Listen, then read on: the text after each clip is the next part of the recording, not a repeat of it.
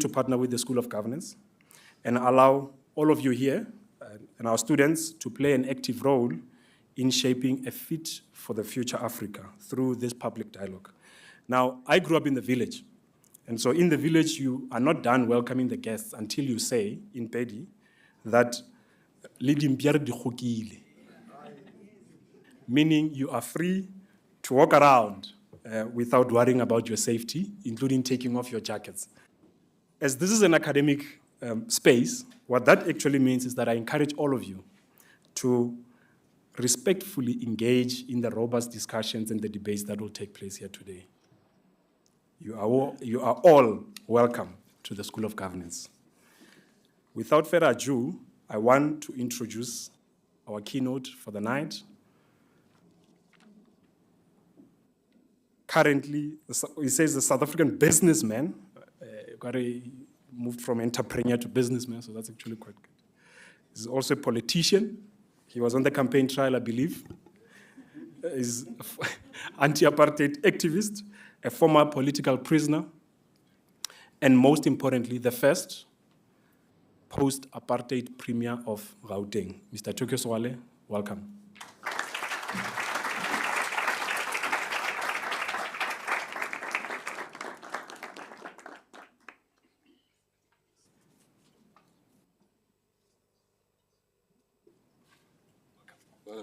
No, thank you.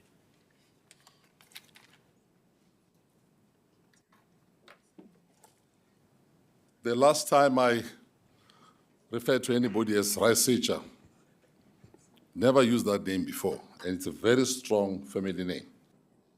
It's my aunt's name, Raisecha. And because she's the mother of Lesecha, who's our cousin, and also Lesecha is my brother, who died in battle as a member of the properly established Umkhonto weSizwe.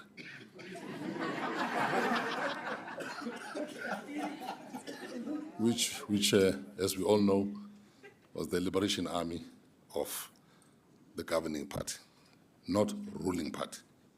We don't want to be ruled. It's all about governance. So don't refer these things to the ruling party. Democracy is about participation and not about being ruled. So it's a governing party. And in government, we come and go. Elections are here today, and South Africans are free, completely free to exercise their votes for the parties of their own choice. And the good thing about the African National Congress, because I should declare that, it's a disclaimer, is that it's got very good policies.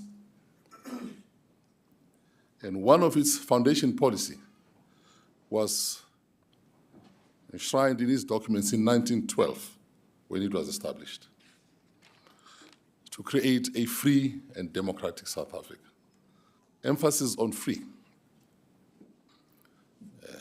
And that freedom, in terms of national self-determination, entails allowing South Africans to do things which otherwise, under white domination at the time before apartheid, they could otherwise not do. So people are now free to establish their own political parties, thanks to the struggle which was waged by the ANC. So you should be applauded for that. And people are free today to even contest that ANC, because the ANC is not a prison. And some of our members sometimes want to claim that we freed South Africa. We didn't. We were merely given an opportunity to be in the lead. That's all I'll say about my electioneering today. As you see, we've been crisscrossing the country to give a message and to say certain things about renewal, rectification, and to admit certain fundamental mistakes, certain errors, and certain areas of criminality from the same organization of that time. Must own up and fix up those things. Can't wait to hear wrongs in my party from Zondo. So how did it happen? Happened, members of the ANC, the bulk of them were cited the Zondo Commission report. So how did that happen? So people enter through this organization. They use it as a step ladder to go into government, to do things otherwise which should not be done. So it is its responsibility to block that or lose support. It is its responsibility to pay homage to its own mission. I say that because it is the first organization and the biggest organization right now in charge of government. But right now, our responsibility as South Africans is to make our own choices and make them very freely. My vote is my secret. As you know, my secret is the ANC.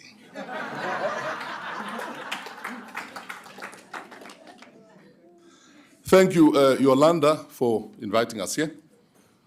And again, congratulations for being the founder, for doing what you have done to establish this, the board, the mentoring board, to mentor even ourselves. Because we live, we learn every day. And I'm here as part of a team of people, a group who will engage in a discourse. And I'm here also to learn, to be educated and rectify, change my views, because nothing is written and cast in stone in the area of thinking.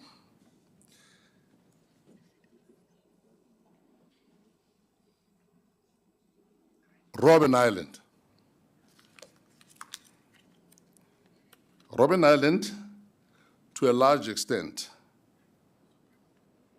was transformed by inmates from a place of gross punishment of freedom fighters into a center of learning and thinking, a place of strategic discourse behind enemy lines. The objective was to prepare cadres for the future post-imprisonment world and for continued resistance.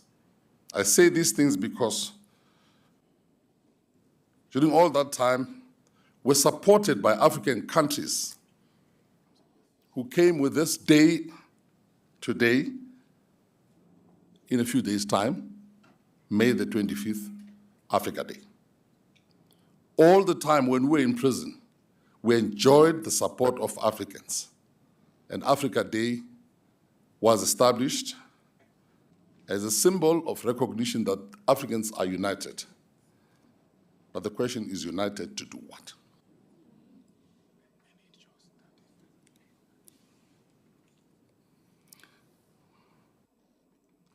Again, the objective of this discourse behind enemy lines was to prepare cadres for the future post-imprisonment world and for continued resistance. Many things happened there. Several essays, position papers, poems, books, and more were produced by the inmates themselves. The most celebrated of these works being the historical and voluminous contribution by prisoner Mandela, later President of Democratic South Africa, is known as The Long Walk to Freedom. It was produced in prison on Robben Island. Now, for orientation purposes, upon arrival, every cadre had to familiarize himself with essentially 4 basic documents, all authored at the behest of the Mandela-led Leadership Collective, these being the following. One document very critical is called Conduct, Behavior, and Discipline. I'm not going to go into these documents. They were captured, the copies thereof are kept at the University of Western Cape. When we were released, most of our documents are now located within that school. Second document, very interesting, is about, it's called Antagonistic and Non-Antagonistic Contradictions. The first one speaks for itself: conduct, behavior, and discipline when we are behind enemy lines. You don't just behave anyhow. And we conduct ourselves according to the dictates of ourselves and not the jailers. So this document is about antagonistic and non-antagonistic contradictions. Was a document to educate people how to handle that. In society, there are these types of contradictions. The management of these contradictions create strong leaders, as we talk about leadership. Because some people cannot differentiate between internal and external contradictions, let alone between those contradictions in society which are antagonistic and those which are non-antagonistic. People fight about just almost everything. Ratabana. There's a need to differentiate that. That way you can create space for alliances, for tolerance. That way you can understand that in South Africa, we've got so many political parties, and we're not enemies. Not one party is the enemy of another here. But if parties see themselves as enemies, then somebody is failing to understand the logic and the conclusion of the argument around how to manage, how to handle the question of antagonistic as well as non-antagonistic contradictions. Third document was called Inqindi and Marxism. Inqindi was a code name in prison for ANC. The ANC was, and till today, was in alliance with the Communist Party. But members of the ANC are not communists. But all members of the Communist Party were expected to be members of the ANC.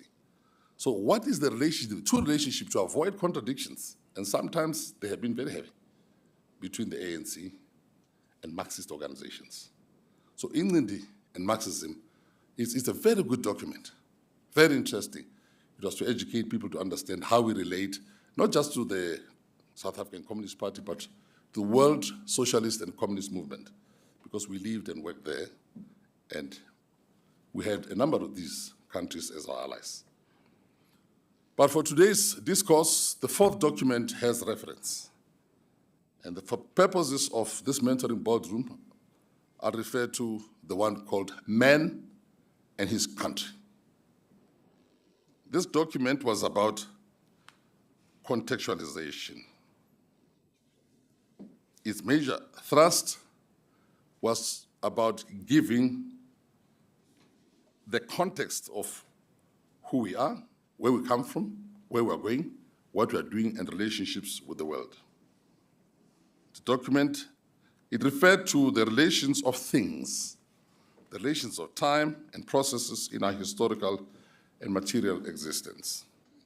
It advocated for the importance of situating our liberation struggle for national self-determination relative to all other motive forces inside our country, relative to our own geopolitical region, relative to the African continent of which we are about to talk, and ultimately relative to the wider world. Man and His Country was an educational piece to make people understand where you are, where you live. As you sit here right now, how do you relate to the world? If I say Ukraine, you don't know where to go. If I say Russia, you may embrace. If I say China, there are issues.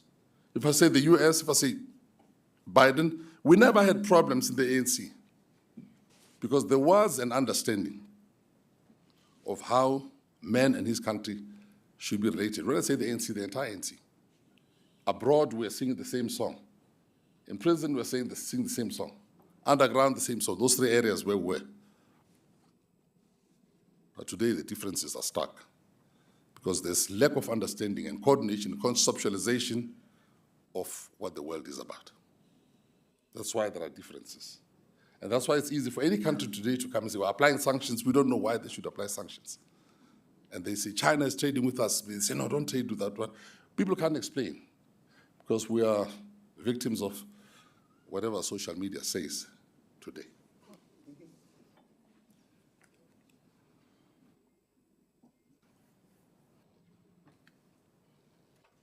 It was also a document whose objective was to educate the thinkers, because that's all we can do in jail, there's no labor. The thinkers to understand the difference between friends and allies, opponents and enemies. It's not the same. Sometimes people would mistake an opponent for an enemy or a friend for an ally. It's not the same. In a word, how to define all these motive forces as they operate worldwide. Enough about that. Let's come to Fit for Africa. The context, so we conceptualize as well. What is the context?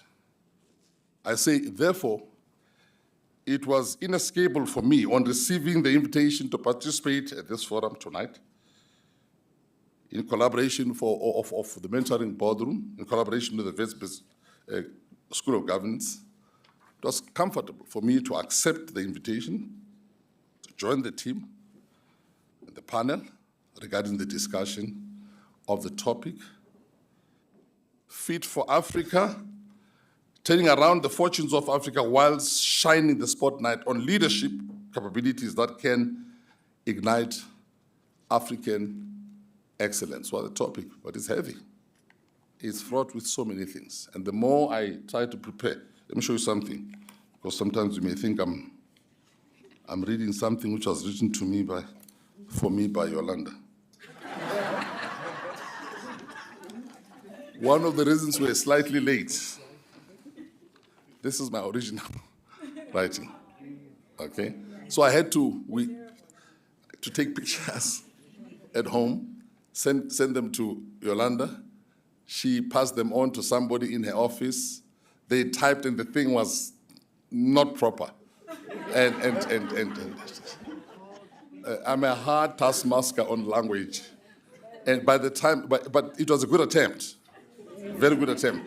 But it had so many mistakes from her office. And then they changed. In the car, I kept on calling somebody who I don't want to expose here. and eventually, when we went to a room with other people, and they typed. And this is the typed form. So I'm reading this thing for the first time. This one is. I see. I hope I will not end up like a friend of mine who was a governor of the state of Texas. When I was the governor here, we called it premier here. He later became the president of the United States, George Bush Jr., was given a speech whilst he was in Panama or something. And they gave him the wrong speech because he was on his way to Mexico. So you don't know what he said to Panamans about Mexico. And that's a true story. I may get the countries wrong, but it happened like that. And the current president, sometimes doesn't know, the US president doesn't know when he leaves the stage whether he goes this way or he goes that way. But these things happen. So if there are any errors, pardon me, I'm seeing this one, type one. But it sounds like this other one. It is the same. In the context of this Fit for Africa, and it's fit for purpose as well, Yolanda, I have the following to say. Considerable as well as incredible developments are currently occurring in major centers of our political world. Primarily, these are in the arena, these developments of political economy with an emphasis on economics. These developments are driven by intensive research, extensive sometimes, research and development in the fields of mathematics, the fields of physics, around the production of cutting-edge technologies vis-a-vis subatomic matter or subatomic particles. That's where the world is today. Production systems are based on these things. An atom was at one stage rumored to be the smallest particle. Now we go into neutrons and electrons, and those are not the smallest matters. And in research and development worldwide, scientists applying mathematics and physics have gone deeper and deeper, smaller than the atom, smaller than the electrons. There's the smallest, I won't mention it here, the tiniest particle of matter. They are now venturing into those spaces. You are at university, make your own researches. I'm not paid to research for some people here.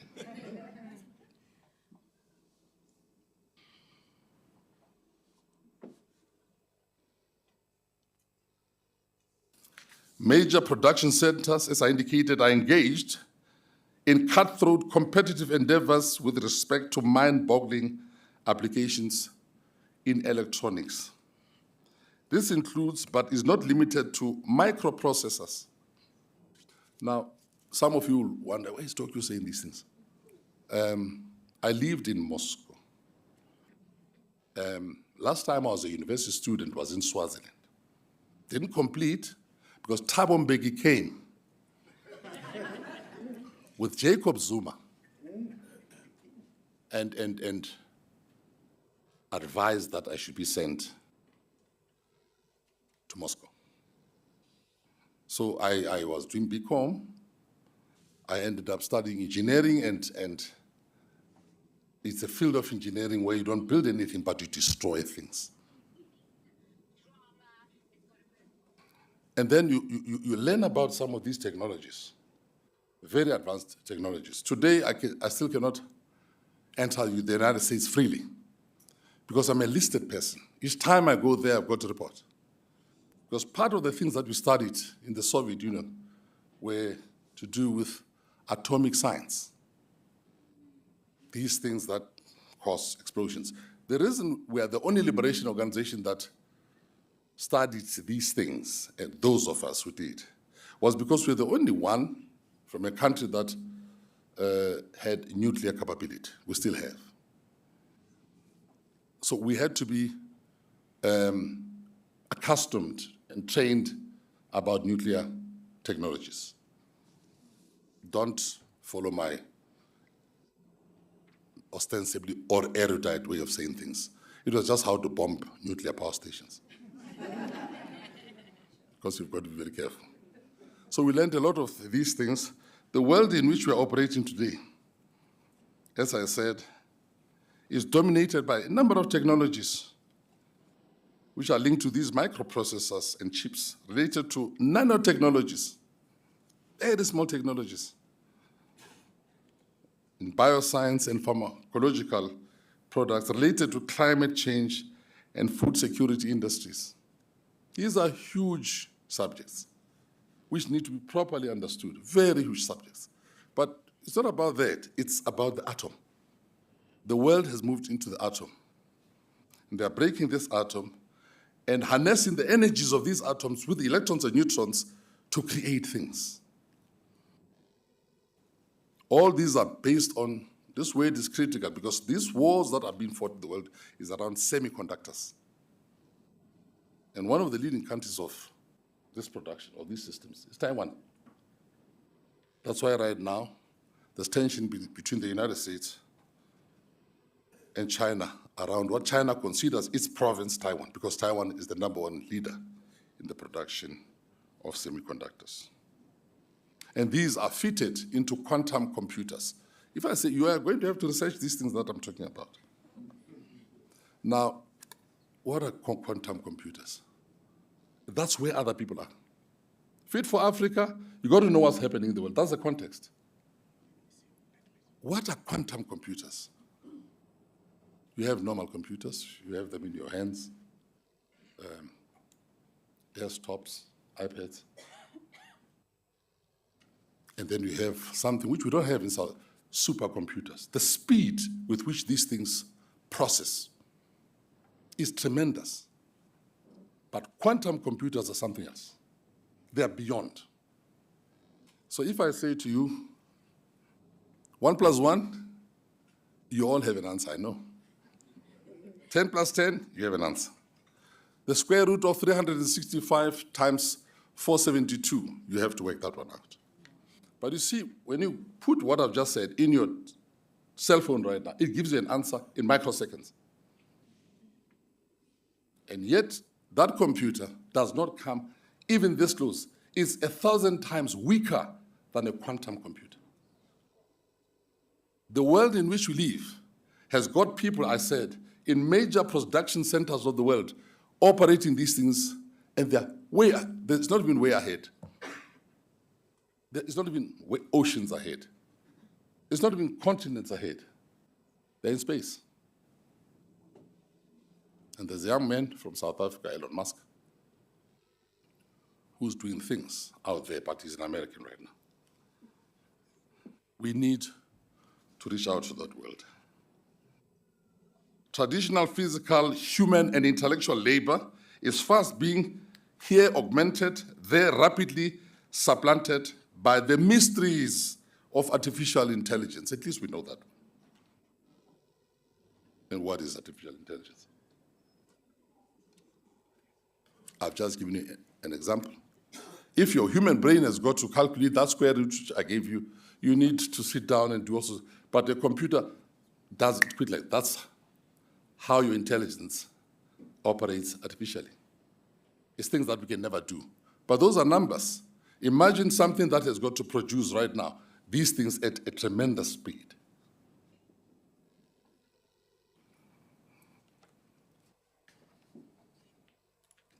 The current global epoch, this epoch in which we live, is that of the fourth industrial revolution, the information age, the human season of informatics.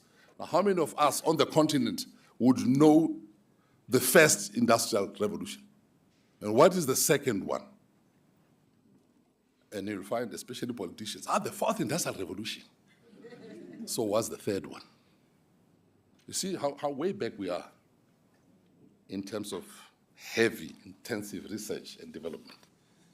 All these developments and applications are impactful upon day-to-day life and are affected by politics and related disciplines. These developments, while admittedly bearing huge positive for humankind, are nonetheless fraught with consequences, some of which may be existential, and this is a challenging thing to those nations and societies who may be passive onlookers as opposed to being active participants in the development world as things go around.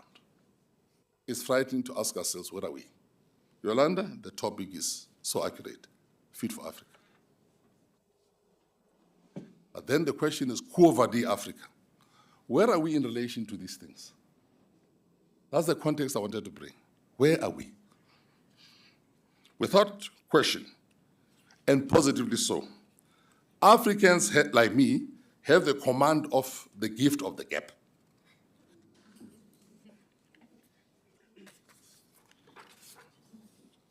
This is so particularly in reference to the genesis and causality of the African problem, arising from largely the 1886 conference, which was chaired by one German.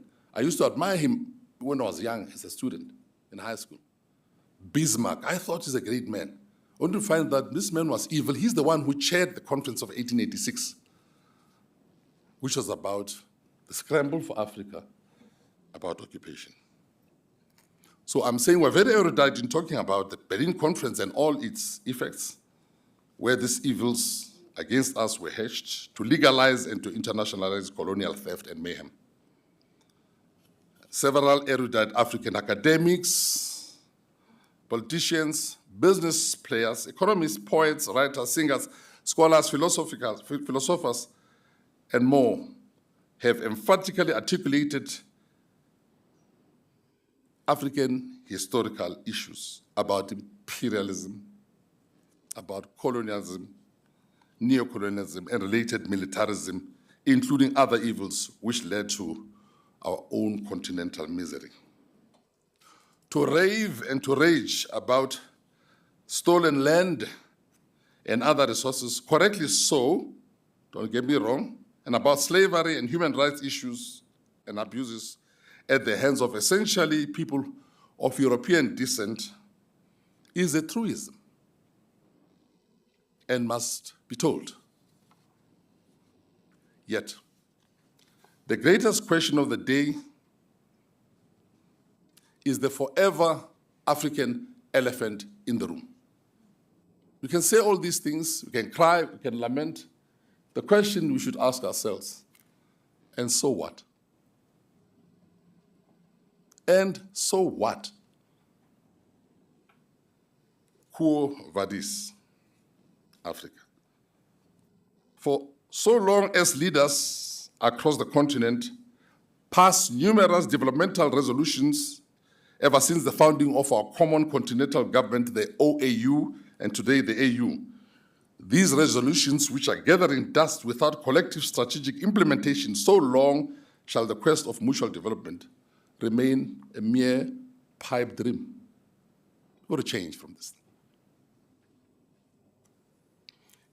Each day, African natural and human resources are easily available to perpetrators who come bearing colonial gifts in the form of aid with a view to the reversal of our freedom. Is yet another day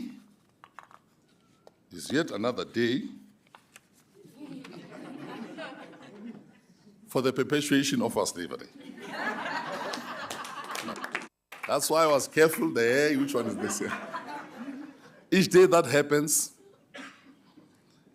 it's yet another day for the perpetuation of slavery, ours, with new methods in the form of finance, skewed trade, and exploitative investments.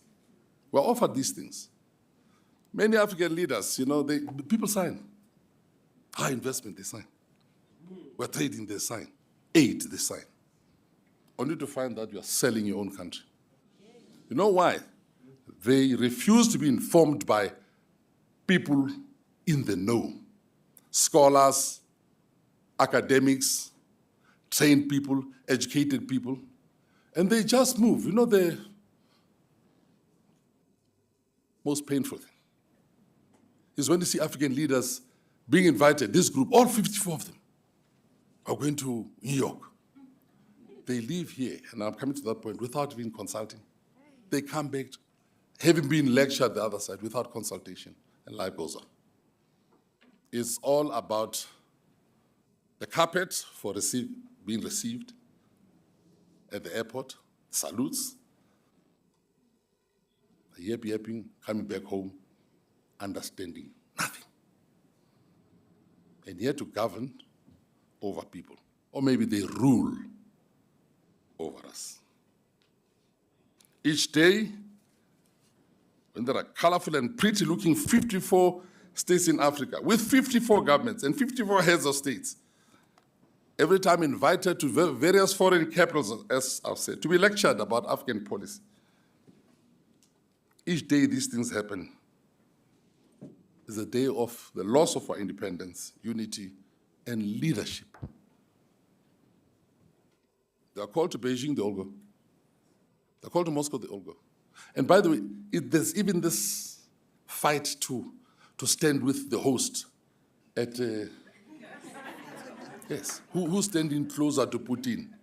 Who's standing closer to this one? They fight about that. They fight. And people dislike one another. They don't talk one another and they look at the picture, where do I stand? These are our leaders.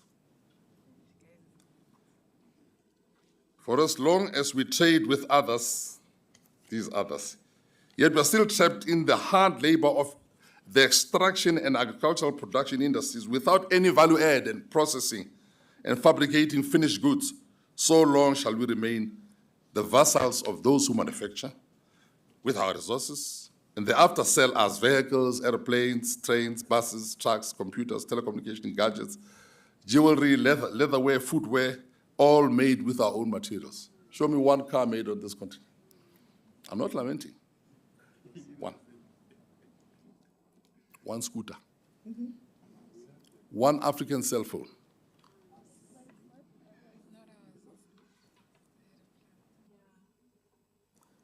Show me made in Africa. India is moving, made in India. United States doesn't have to say it because, we live in their own image. For so long as Africa does not adequately invest in productive education, I said productive education, and in universities and polytechnics, in research and development, as well as less military hardware, so long shall we be a continent of degradation in comparison to those that cherish these strategic areas of training and knowledge-based development. We are made, as we are told, in the image of God.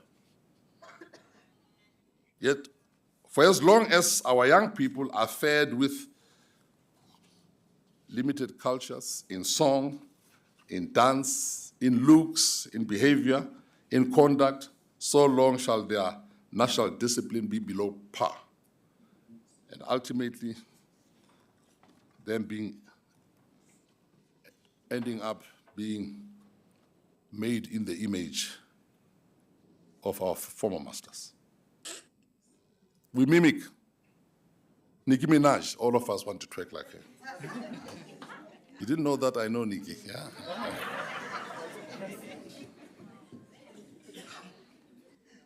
And these former colonizers, they feed our youth and ourselves with content,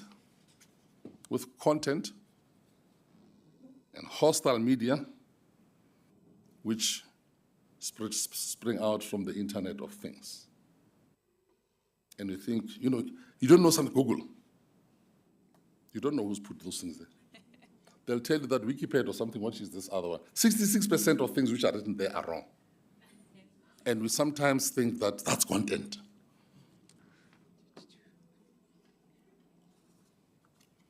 We have a panel. I deliberately spoke in the manner that we could go on and on in each one of these things. We have time limits. And I want to hear more from the panel. How much time do I have left? 2 minutes. I want to say to the panel, the task is to illuminate. More light and less heat. Show us the way. The task is to provoke, to instigate analytical thinking, not to complain about what the colonialists, the imperialists, neocolonialism, all those. We know, that story is known. We are very erudite, the gift of the gap. To the Palinists, I say the challenge is to shine the spotlight on visionary leadership, not merely day-to-day managers. The difference between management and leadership. The responsibility, fellow panelists, is to trigger and to ignite Africa's excellence, not to dynamite good governance and creativity. The responsibility is to recognize global trends and shifts in the political and economic centers as we're experiencing the center of gravity changes. Today, Roman Empire. The other day, British Empire, American Empire, the dollar empire. It does look like the world is shifting towards the euro, which is Russia, Asian empire. When is our time coming? I close with words which were used by a Roman emperor. Semper aliquid novi Africam adfere. I had used Quo Vadis Africa. It means always, something good out of Africa always brings something new. What's going to be our contribution as Africans? Lamentations, we've heard them before. They're very good, they're accurate, they make sense, but they are tedious. Don't tell us about colonialism. We live it, we've written about it, we've sung about it, there are poems against it, and so on. Imperialism, neocolonialism, and so on. Give us the direction on leadership. Thank you.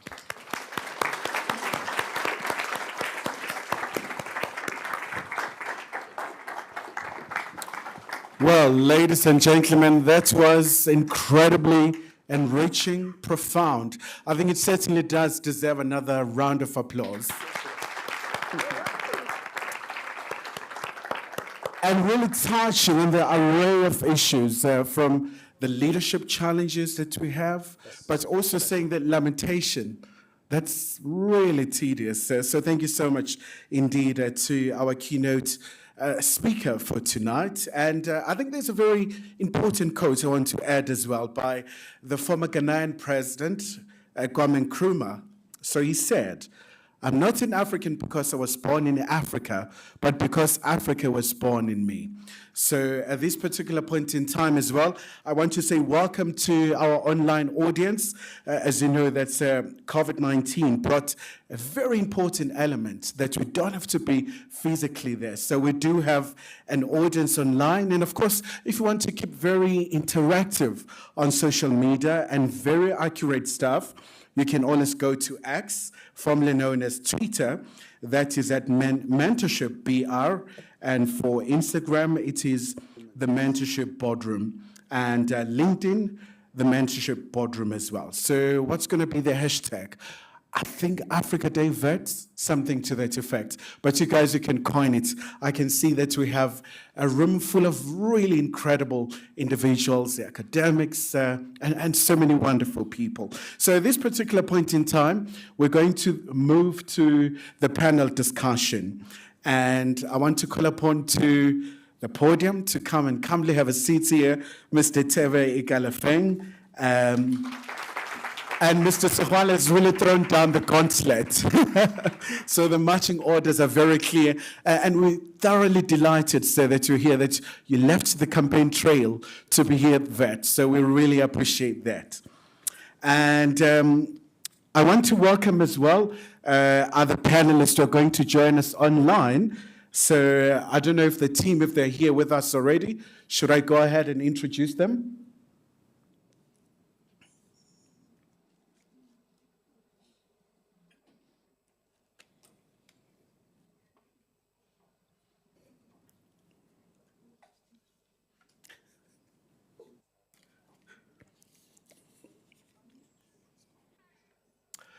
All right, so there you go. All the way from Ghana, you know, the first black republic in sub-Saharan Africa, 1957. That's, of course, Ghana. So joining us now is Mrs. Abena Osepoku from this EcoBank. That's the CEO of EcoBank, but also we do have Mr. Victor Homoiswane as well.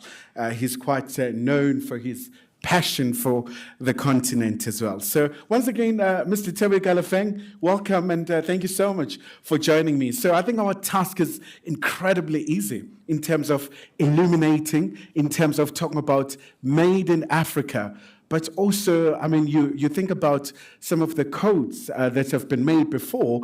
I think the former Liberian president, Selif Johnson, said, Africa is not poor, it's poorly managed. So how do we try and get those things? So can our panelists hear us from here, inverts?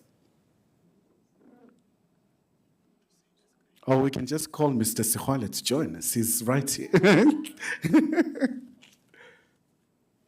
Okay, you know, I tell you what, I think Tebe, as we wait for them keenly, we can just start the conversation, right? So when we look at the leadership in Africa, Mr. Tebe, I mean, obviously we're looking at the qualities that are very key in terms of leading the continent.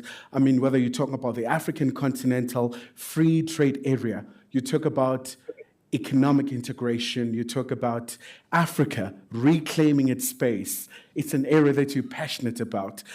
How would you define what sort of leadership do we need in Africa to be able to get to the place that we ought to be?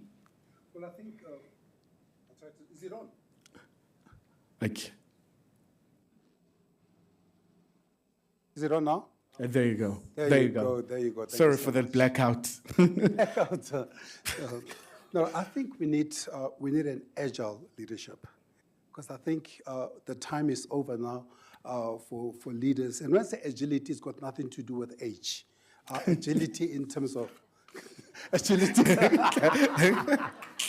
agility in terms of ability to be able to react, ability to act, ability to implement, but also ability to read the room. Because I think, and I remember in 2013, I was at the African Union, and the late President Sata arrived late, and he found a room full of young people. And he said, I need to go somewhere now. And they said to him, Mr. Sata, it is our turn now. You have to listen to us. We're going to be here in the future, and you won't be with us. So you need leaders who are listening as well, and who understand that the future belongs to the 60% of the Africans who are under the age of 25. A very important issue, because when you look at the demographics in the African continent, it's predominantly young people, and you talk about innovation as well, a very important issue. I think Mr. Sekhwale once again spoke about the semiconductors, the trade war that is unfolding purely because of the competition that we see. But I suppose for you to reach your destination, one of the critical areas that you need to focus on is peace and security.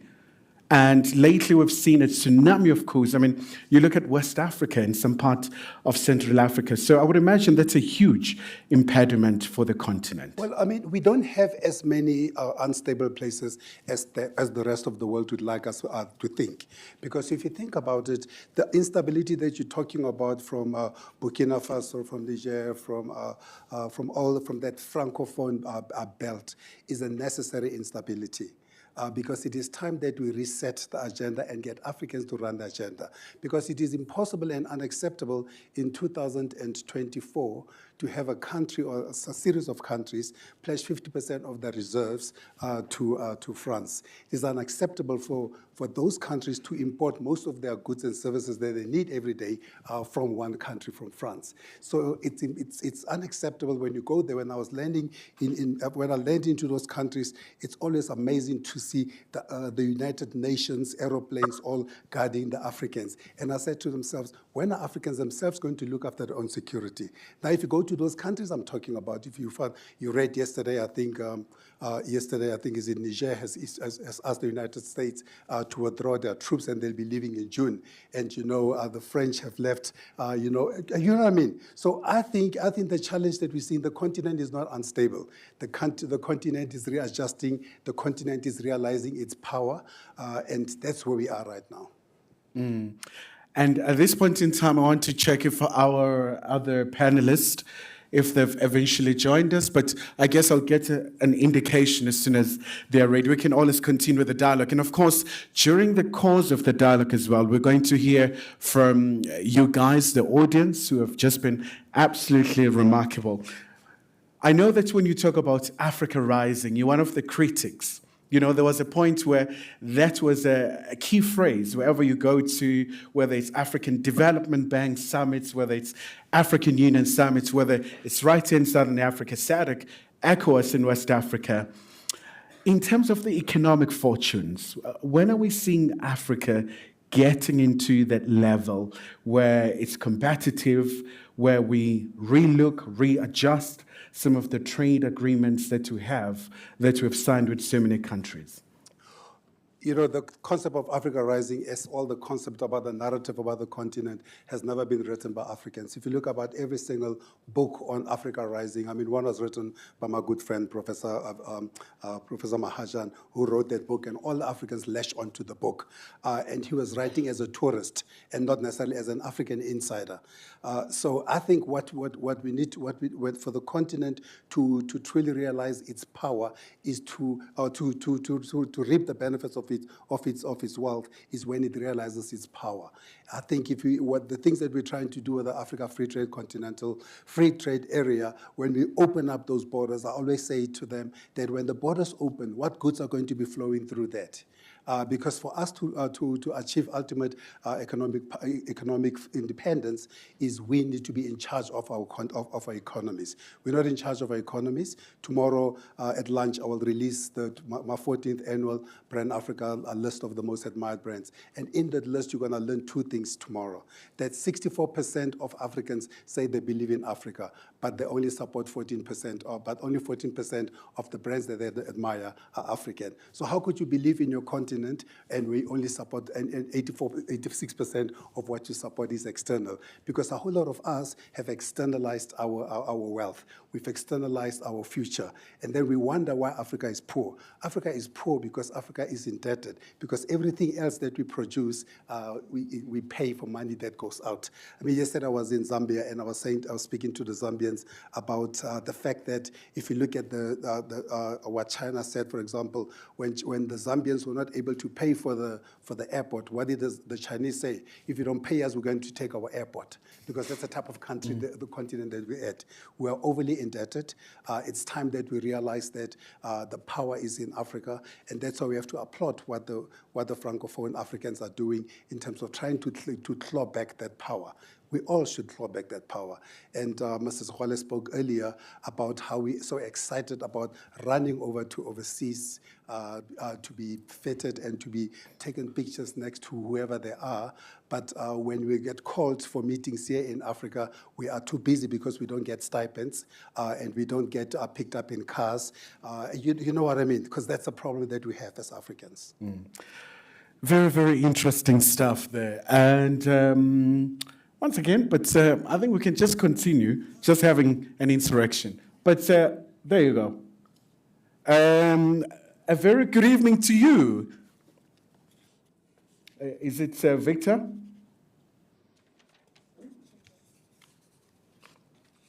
All right. I suppose. I don't know. I don't know. Are you with me, Kaeliche? Yes, Victor, finally. We're so thrilled to have you finally. How do you do this evening? Oh, I see what's been happening. Well, it's great. I'm all right. It's the fourth industrial revolution, I suppose. So, hey, he's my former premier. And for a change, it's not courtesy of ESCOM, so... Yeah. Yes. No, but I have to answer his question. He talked about the first industrial revolution and the second industrial. The first one was the transition from hand production methods to machines, right? That's the steam power and the steam engine. And the second one was the technological revolution between 1871 and 1914. This is when railroad and telegraph networks were installed. The third one was the digital electronics, which was the 20th century.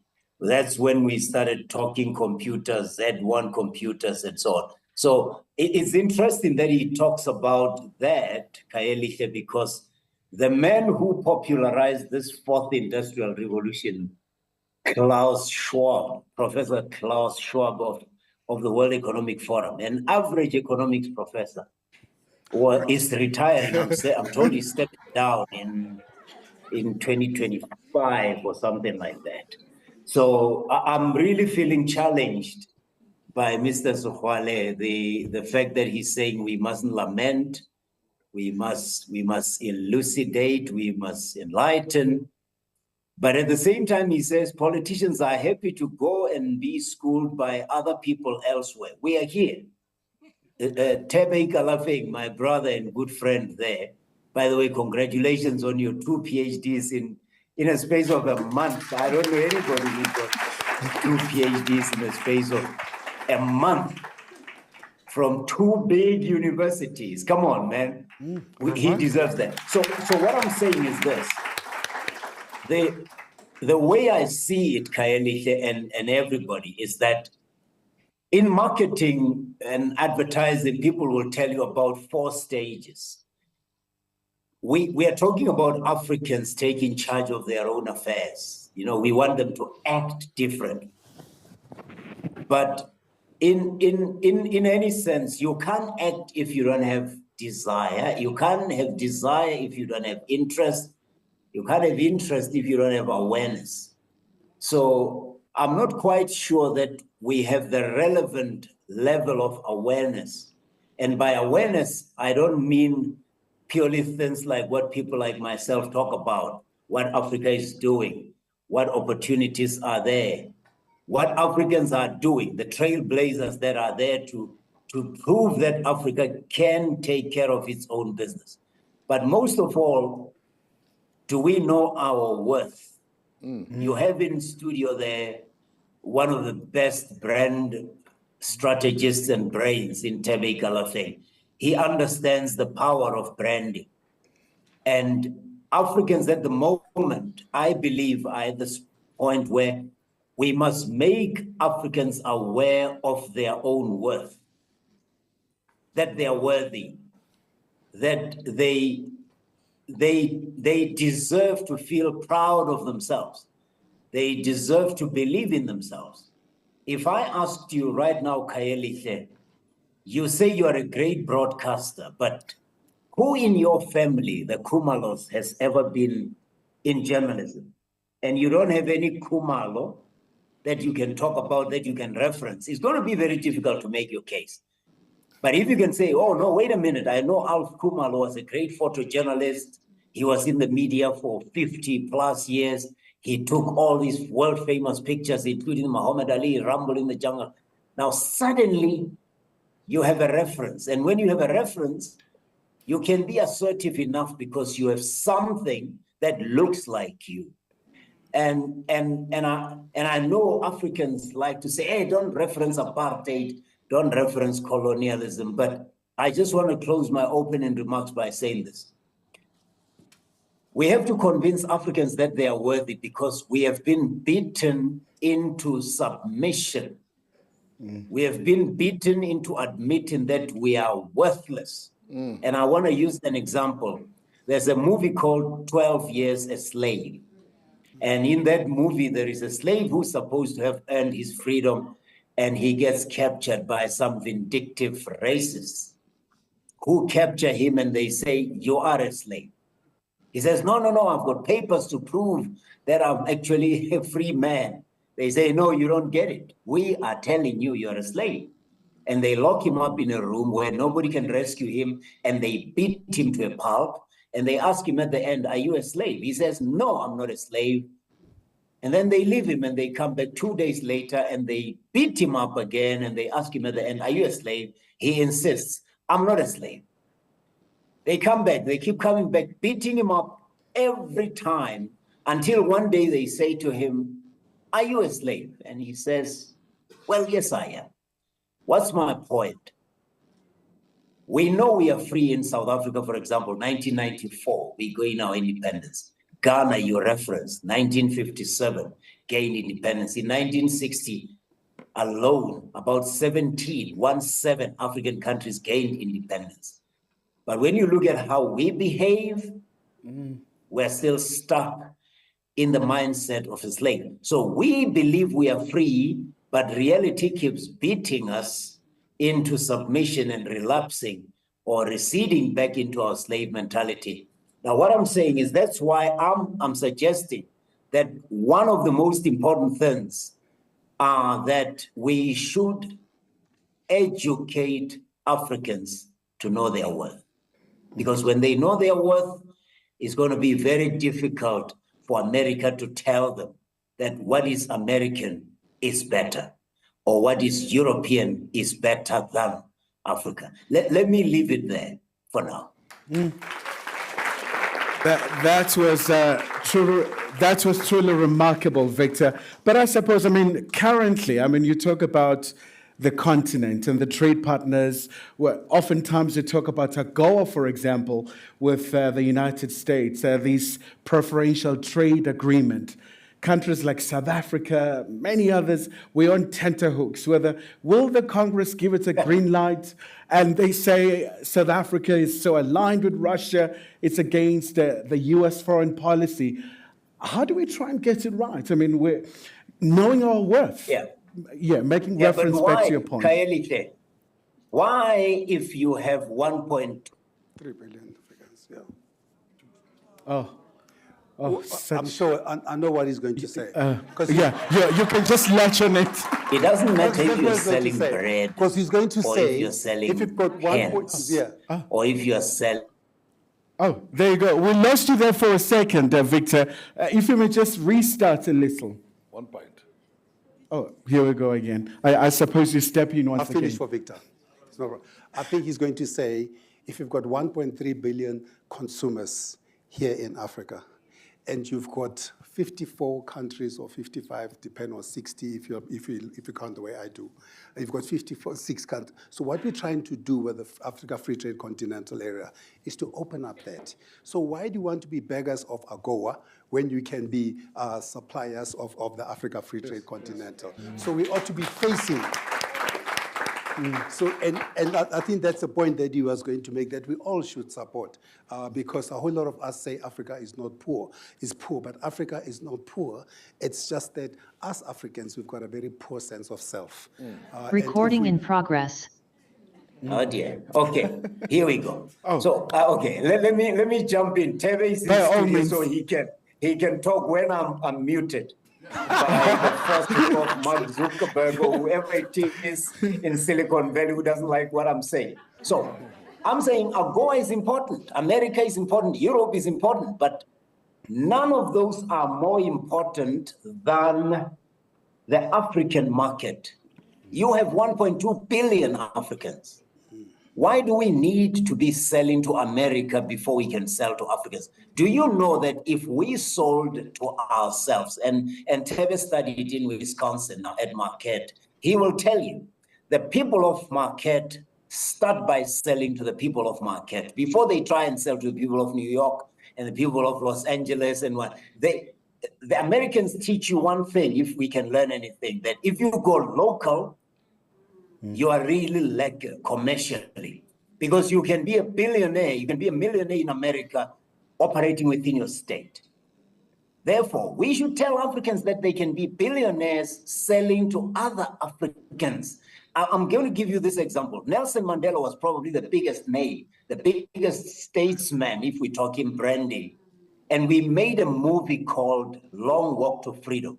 But because the movie was not made by Africans, it was made by Hollywood, they needed Idris Elba, a British actor who had to learn an African accent, and Butcher Isithosa to represent an African icon. Now, don't get me wrong, I'm a fan of Idris Elba, I'm a fan of Hollywood. But if we had been making the movie Long Walk to Freedom to Africans or for Africans, we would have made it with Isithosa speaking actors. We would have made it to appeal to the Africans so that when the Americans want the movie, they can ask for it with subtitles. And this is how Jason Njoku in Nigeria was able to make Nollywood the big industry. He wasn't making movies for America. He was making movies for Nigerians. 200 million people, you can afford to make movies for your own audience. And then if Americans would like it, let them ask you, what does this Igbo word mean? Now we have movies about Blood Diamond was the most disgusting movie I've ever watched, because they were supposed to be talking about the brutality of blood diamonds in Guinea-Bissau, in Guinea-Conakry, but they had Dini Nondumo, a Zulu-speaking, Xhosa-speaking actor, and they just said, speak a little African. This man is supposed to be in Burkina Faso or in Guinea-Conakry rescuing refugees from Sierra Leone and Liberia, and he's speaking Zulu. And nobody cares, because what? The story of Africans doesn't even belong to us. So I'm saying we teach Africans that they are worthy, and that's why I write books. That's why I broadcast every week. That's why I've been speaking for the past 22 years, saying crazy things like Africa is open for business, Africa bounces back. It sounds idealistic, but guess what? If you don't imagine it, Albert Einstein told us, imagination is more important than knowledge. You will never know any better. Well, that's absolutely fantastic, Victor. And I love the issue about reclaiming identity, because when you talk about Africa Day, identity as well is absolutely central, Tebe. And I know that you are also very passionate about this issue of making sure that these global brands that are known, but the very point of origin has connection with Africa. Well, I mean, what's his Fela Kuti from Nigeria? He said, I must identify with Africa, then I'll have an identity. And he said something interesting. His son was telling me when I was in Lagos, said something so interesting. He said his father deliberately named all their children Nigerian Yoruba names.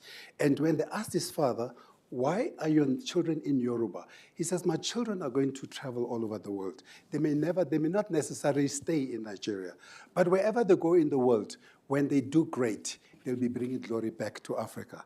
And I love that. And I thought that's part of your identity. Part of identity is to accept that you can buy a gene called Tsepo gene from a boy from Tsakane and not feel bad about it. And I know the story of Tsepo is so well told.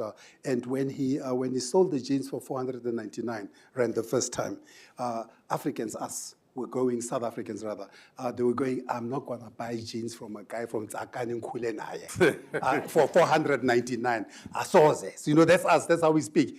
And then some foreigner from America came, called Meghan Markle, came to South Africa and bought the jeans, or didn't buy, took the jeans, and they were all over the Sunday Times. As soon as the jeans were up there, everybody says, Tsepo, where are the jeans? And Tsepo says, no, I'm out of stock. They mean, what do you mean you're out of stock? He says, no, we don't have, they sold out. He says, what do you mean, how much are they? He's like, 2,000. They're like, it's not even the point. We'll buy anything with Tsepo, because now we want to be validated before we accept ourselves. So part of us claiming our identity is not to wait to be affirmed. And I was in Rwanda on Friday. On Friday I was in Rwanda, and I asked the young man at Radisson, I said, what's your name? He says to me, my name is Jean-Pierre. I'm like, no, what is your name? He says to me, Jean-Pierre. No, I say, your name. He said, the one that your mother calls you when she's really angry. No. Then he gives me his Rwandan name. I said, but why did you say that?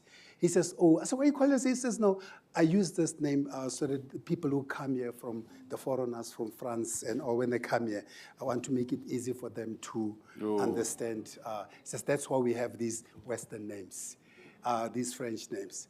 I said, when you go to France, do they change to Rwandan names so that you can feel comfortable in France? He says, no, sir. I said, so you don't make them comfortable in your country. I said, okay, I think at this point in time, it's a very vibrant conversation, but we have to hear from you guys, because I would imagine that you also have your thoughts gathered, and you also have some stuff to share with us. So I believe there's a roving mic from Miss Wilson here. So who's going to be the first candidate? All right, there's a lady. Gender parity is absolutely important. We failed to get the lady from Ghana, but go ahead, ma'am. So I'll start with you, and Yeah. then I'll go to the gentleman with the cap. Okay, lovely.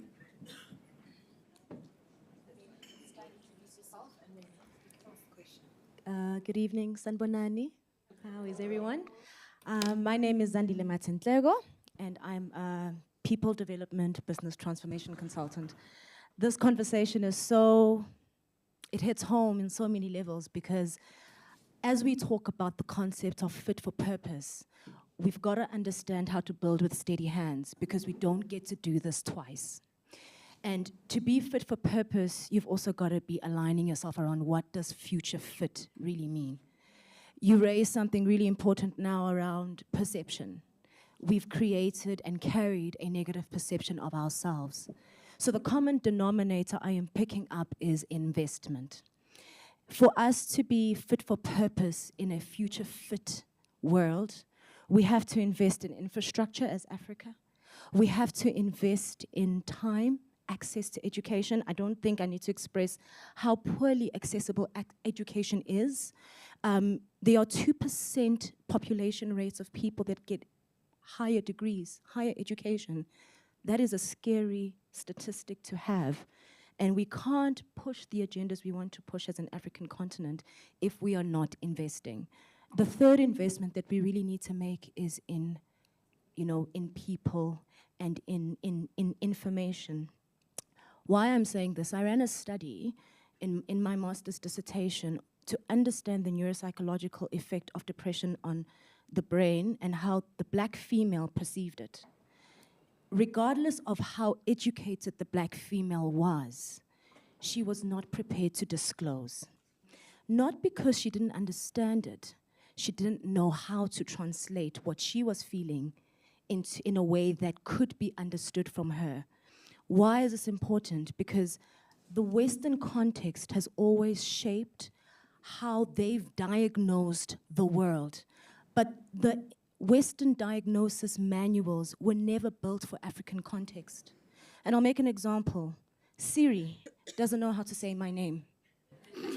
When do we get to a point where we have a Tembi who knows how to pronounce your contact list, who knows how to interpret vernacular in a way that makes sense?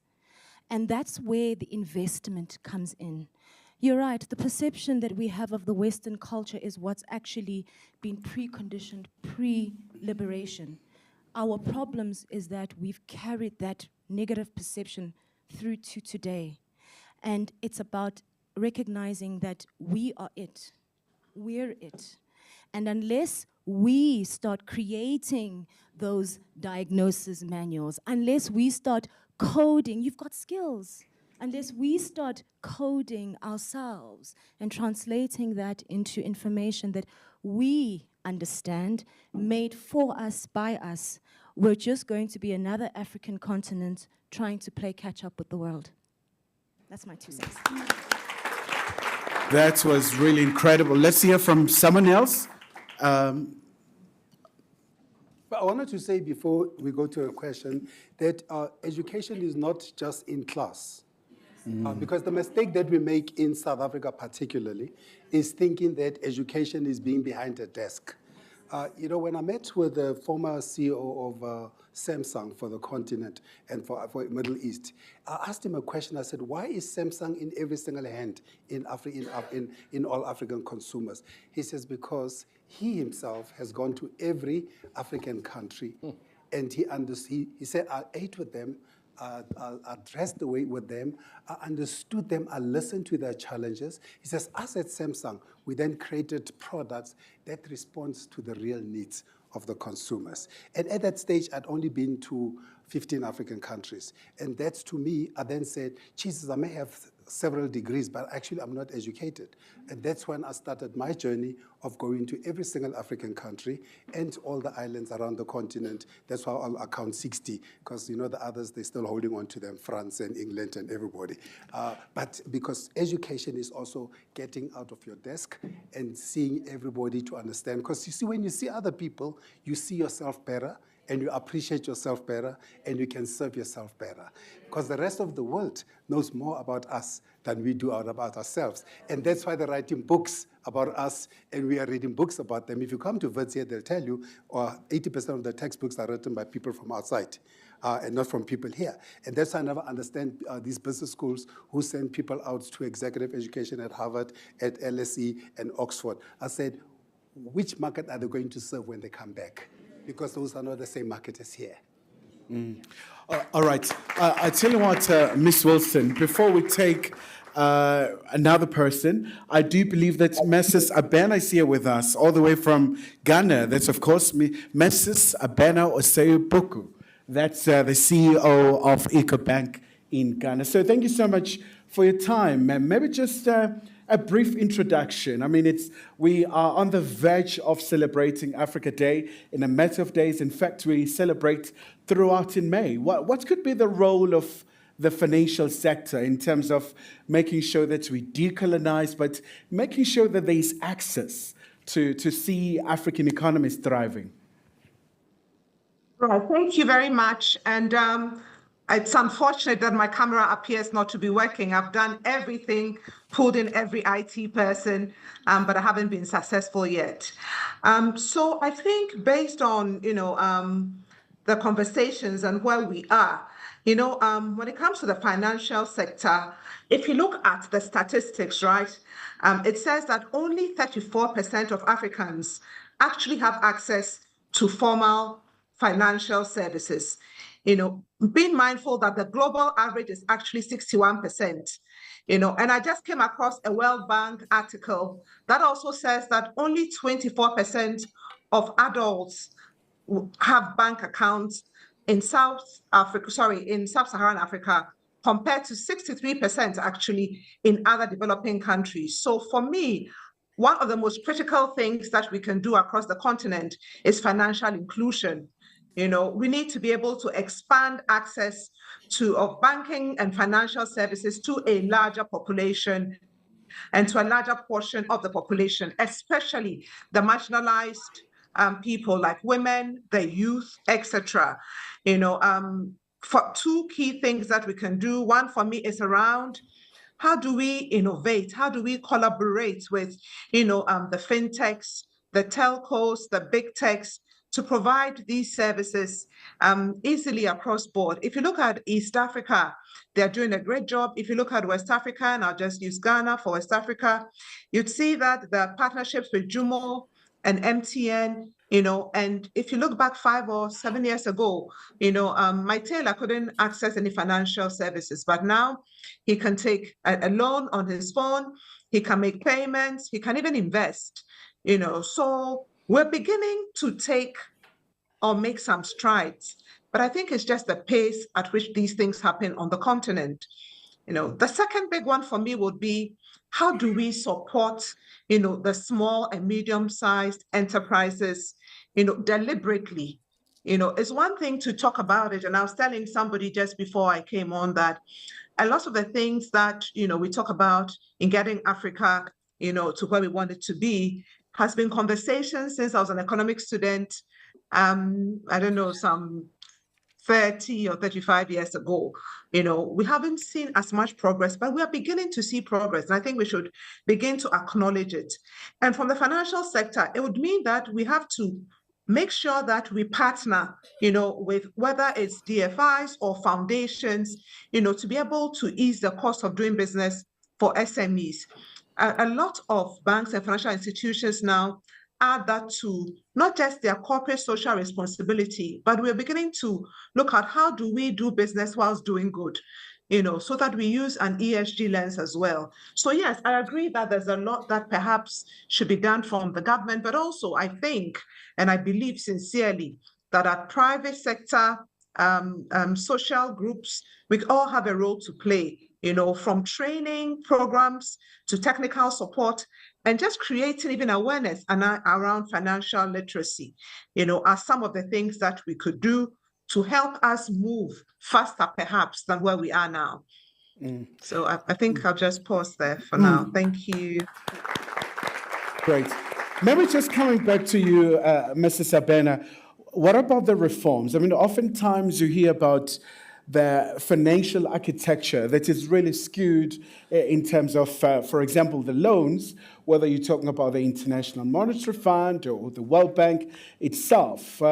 What can be done to make sure that those institutions, really given the importance of these institutions, that they also have the terms that are favorable for Africa to see prosperity?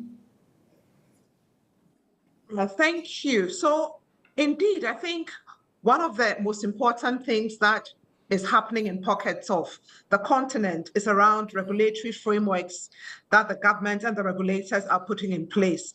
I think the key is to ensure that they are very robust, to ensure stability, to ensure that we're able to attract foreign investment. And I think above all is good governance and transparency. According to the IMF, I think they said countries with high levels of transparency tend to have stronger economic growth and development, because when you are negotiating with these funds, they begin to look at you more favorably. But if I go back to what the earlier speaker said, we also have AFDB, and we have, banks that have been actually built from the scratch on the continent. Standard Bank would be an example. EcoBank would be an example, And so we have to learn to also collaborate and come together so that we put our balance sheets together and provide, the ticket sizes that are needed for, let's say, infrastructural development, etc. as well. But it's not just about sure. policy. It's not just about policy, but even the formal banks he talks about. I mean, having sat on the board of a bank and several people here on boards of banks, we know exactly how banks operate. I mean, I'll give you a very good example how our banks operate. A young man, Yoko, you guys all know Yoko brand. Young man came to see me. I was still on the board of a bank then. Came to see me. Says all the banks have turned me down. He says, without a banking partner, I will not be able to realize this vision for Yoko. And he says, can you do me a favor? Can you just help me get into this business? Now, today is a unicorn, as you know. And had I not happened to be black, or one of the black people on that board, and happened to say, give it to me, I'll get it onto the table, Yoko will not be around today. And his father, Professor Vincent, says to me, my son still cries when he thinks about the day that you didn't ask him for money, you didn't ask him for anything. You just said, let me help you happen. So what these banks need, and the point I want to make it, what we need also from these banks is, these banks also make it very difficult for African entrepreneurs. Because when it comes into liberalization of financial services, because think about it, think when mobile money started. It started with the Nigerians for 419. I know we don't think so, but I think 419 was the revolution of mobile banking, because all of a sudden people realized we can move money through machines, and that inspired the M-Pesas of the world. And M-Pesa now, more money moves in the M-Pesa economy than anything else. More money moves through the EcoBank, not EcoBank from Zimbabwe, what is it? Econet, EcoCash, than through the entire Zimbabwean thing. Because what we don't have a problem with in this continent is raising that money. But what we have a problem with is making sure that our money moves easier. And what the banks need to do, we need to liberalize, need to be flexible, need to say it's not a policy. Maybe if there's a policy, the policy should be to banks. You will look favorably at entrepreneurs. You must have a percentage of XYZ that comes from helping the informal to become formal. Because I think to me, that's where the challenge is in financial services. Because otherwise, the ideas are there. We don't have to look outside of this continent. We don't have to, Because, we always look to government. There's a new study that came out now on trust. Nobody trusts government. The deficit. Nobody trusts governments. So it's not about government. It's about business playing their part. And I think business is not playing their part as well as they should. And they like to blame government for lack of policies. There you go. And Mr. Sehwale, certainly not a lamentation. So let's hear now from the audience here. Yes. I just wanted to pick up on that point just before I come to Dominique. I'm not sure what your name was, sorry, but you spoke about representation, and Mr. Sehwale and Tebe, as well as Victor, you spoke about reclaiming identity and exerting our agency. And it just got me to the issue of the 4IR and the algorithmic apartheid that is in existence right now. If you Google women, if you Google certain things, there are biases. And I think that reflects society at large and human behavior. So perhaps speaking to where those gaps are, how do we reestablish that? How do we audit that as well? How does it become on our terms? I think that's something that I want to expand on that point. But Dominique is also ready to ask a question, so yeah. Thank you so much. Mine is not a question, but a reflection. I think the first point, I've had the pleasure of traveling the continent, and I've attended so many talks about Africa Day and so many symposium about what Africa needs to do. I think the first thing that Africans need to do is to respect themselves first. And it starts at a leadership level. It's disheartening for African leaders to be summoned to the United States for the Africa or for the US Africa Summit, or for the Russia Africa Summit, or for the Japan Africa Summit, or for the India Africa Summit. That's the first problem. And we became so embarrassed when it was Queen Elizabeth's funeral, where African leaders were attended, and they were put into one bus, while other heads of states had their own private cars. And so the first step before all of this, we need to take ourselves seriously. That's the first thing. And secondly, if I was to ask around the room, how many people know the humanitarian crisis in Burkina Faso? How many people know the humanitarian crisis in Congo? But we are very quick to know humanitarian crisis around the world, particularly in South Africa. South Africans, particularly black South Africans, are quick, to travel to Europe, are quick to travel to America or Asia. But if I can say, have you been to Congo Brazzaville? Do you know a country called Guinea-Bissau or Guinea-Conakry? Many of us will say, no, there isn't.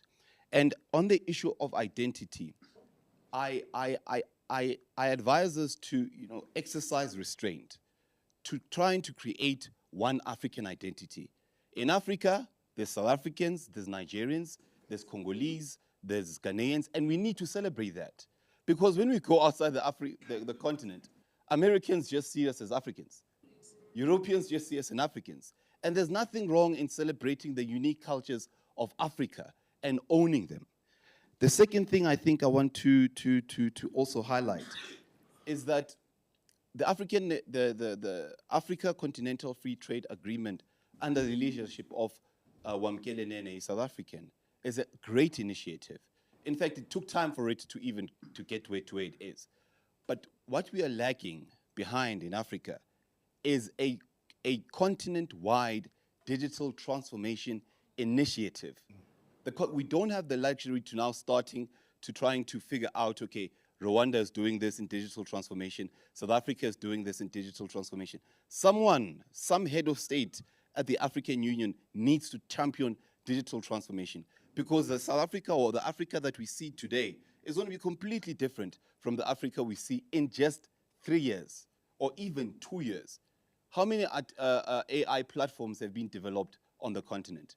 How many mobile applications have been developed in the continent? So as Africa, we actually then need to make sure that we come up with sort of like a digital transformation. In fact, there is a digital transformation strategy. We just now need to execute it. In South Africa, there are going to be elections next week. For one, I would like more young people to vote on those elections. Because if we fail to take charge of the political stream of our continent, of our country, that's where we're going to get it wrong. So thank you so much. All right, guys. Anyone else? Okay. Okay. We seem to have a very dominance this side. It's very quiet this side. Okay. Maybe let's,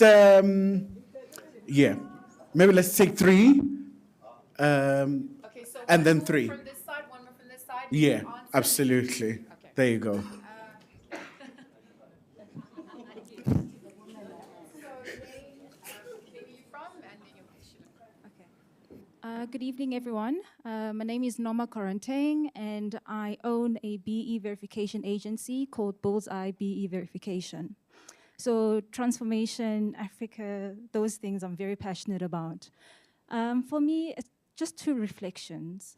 And I'm going to talk from experience having worked in corporate, and then I'm also going to speak on experience owning a business.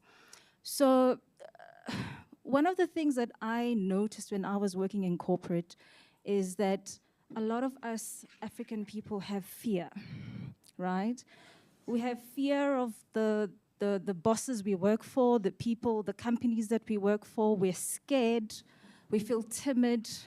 We're scared to raise our voices on issues that affect us because we're scared of being fired or we're scared of losing this opportunity that I have. And over the years, I always wondered, how do we change that mindset for us to actually realize that we deserve to be there. We deserve to be part of this company that we're working for. And I just want to say something around, I believe that the minute we start changing our mindset and start believing our worth and start believing that we deserve to be here, I truly do believe that that fear will start to fade away, right? The second one is trust. Now, being a business owner and having to be a supplier or of a service to clients, having accountants who work with your business, we don't trust each other. We're always thinking, how did you make it? Is it corruption money? And I do believe that the minute we start trusting each other as Africans, trusting our capabilities, trusting our skills, trusting the experience that this person brings to the table, I do believe that there could be more trade that can happen between Africans. There could be more money that transacts between Africans. So we need to start trusting each other and having that confidence to say, you know what, I belong here. I deserve to be here. Thank you.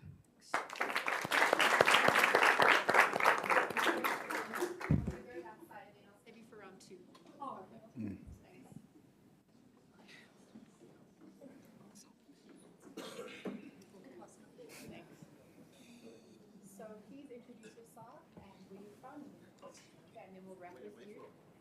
As an organization or... Good evening. My name is Miehleketo Mihle Chabalala. I'm from the Mentorship Boardroom Second, and I work for MTN. I actually have a couple of questions. I think I'll start with the statement that was made by, I think, Mr. Victor, where we have to educate Africans to know their worth, right? I think you responded by saying it doesn't have to be through school and so forth.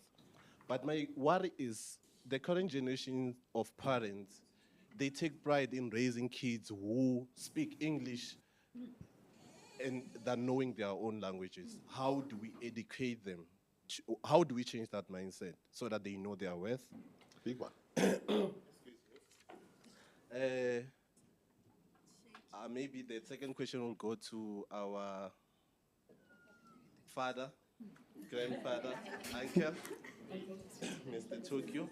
I think, honestly speaking, when I listened to you talking there, and before I had this, I had this like perception about, for example, the governing party or the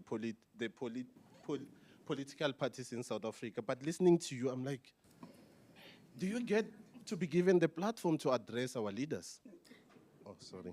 Do you get given that platform to address or guide our leaders?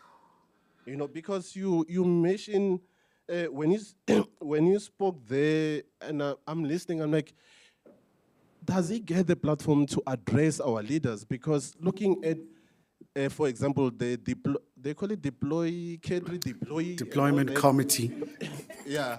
So I'm like, how do we get to see the agile leaders they are mentioning from most of these people who are deployed? Because some of these people that are deployed to go and save their stomach there.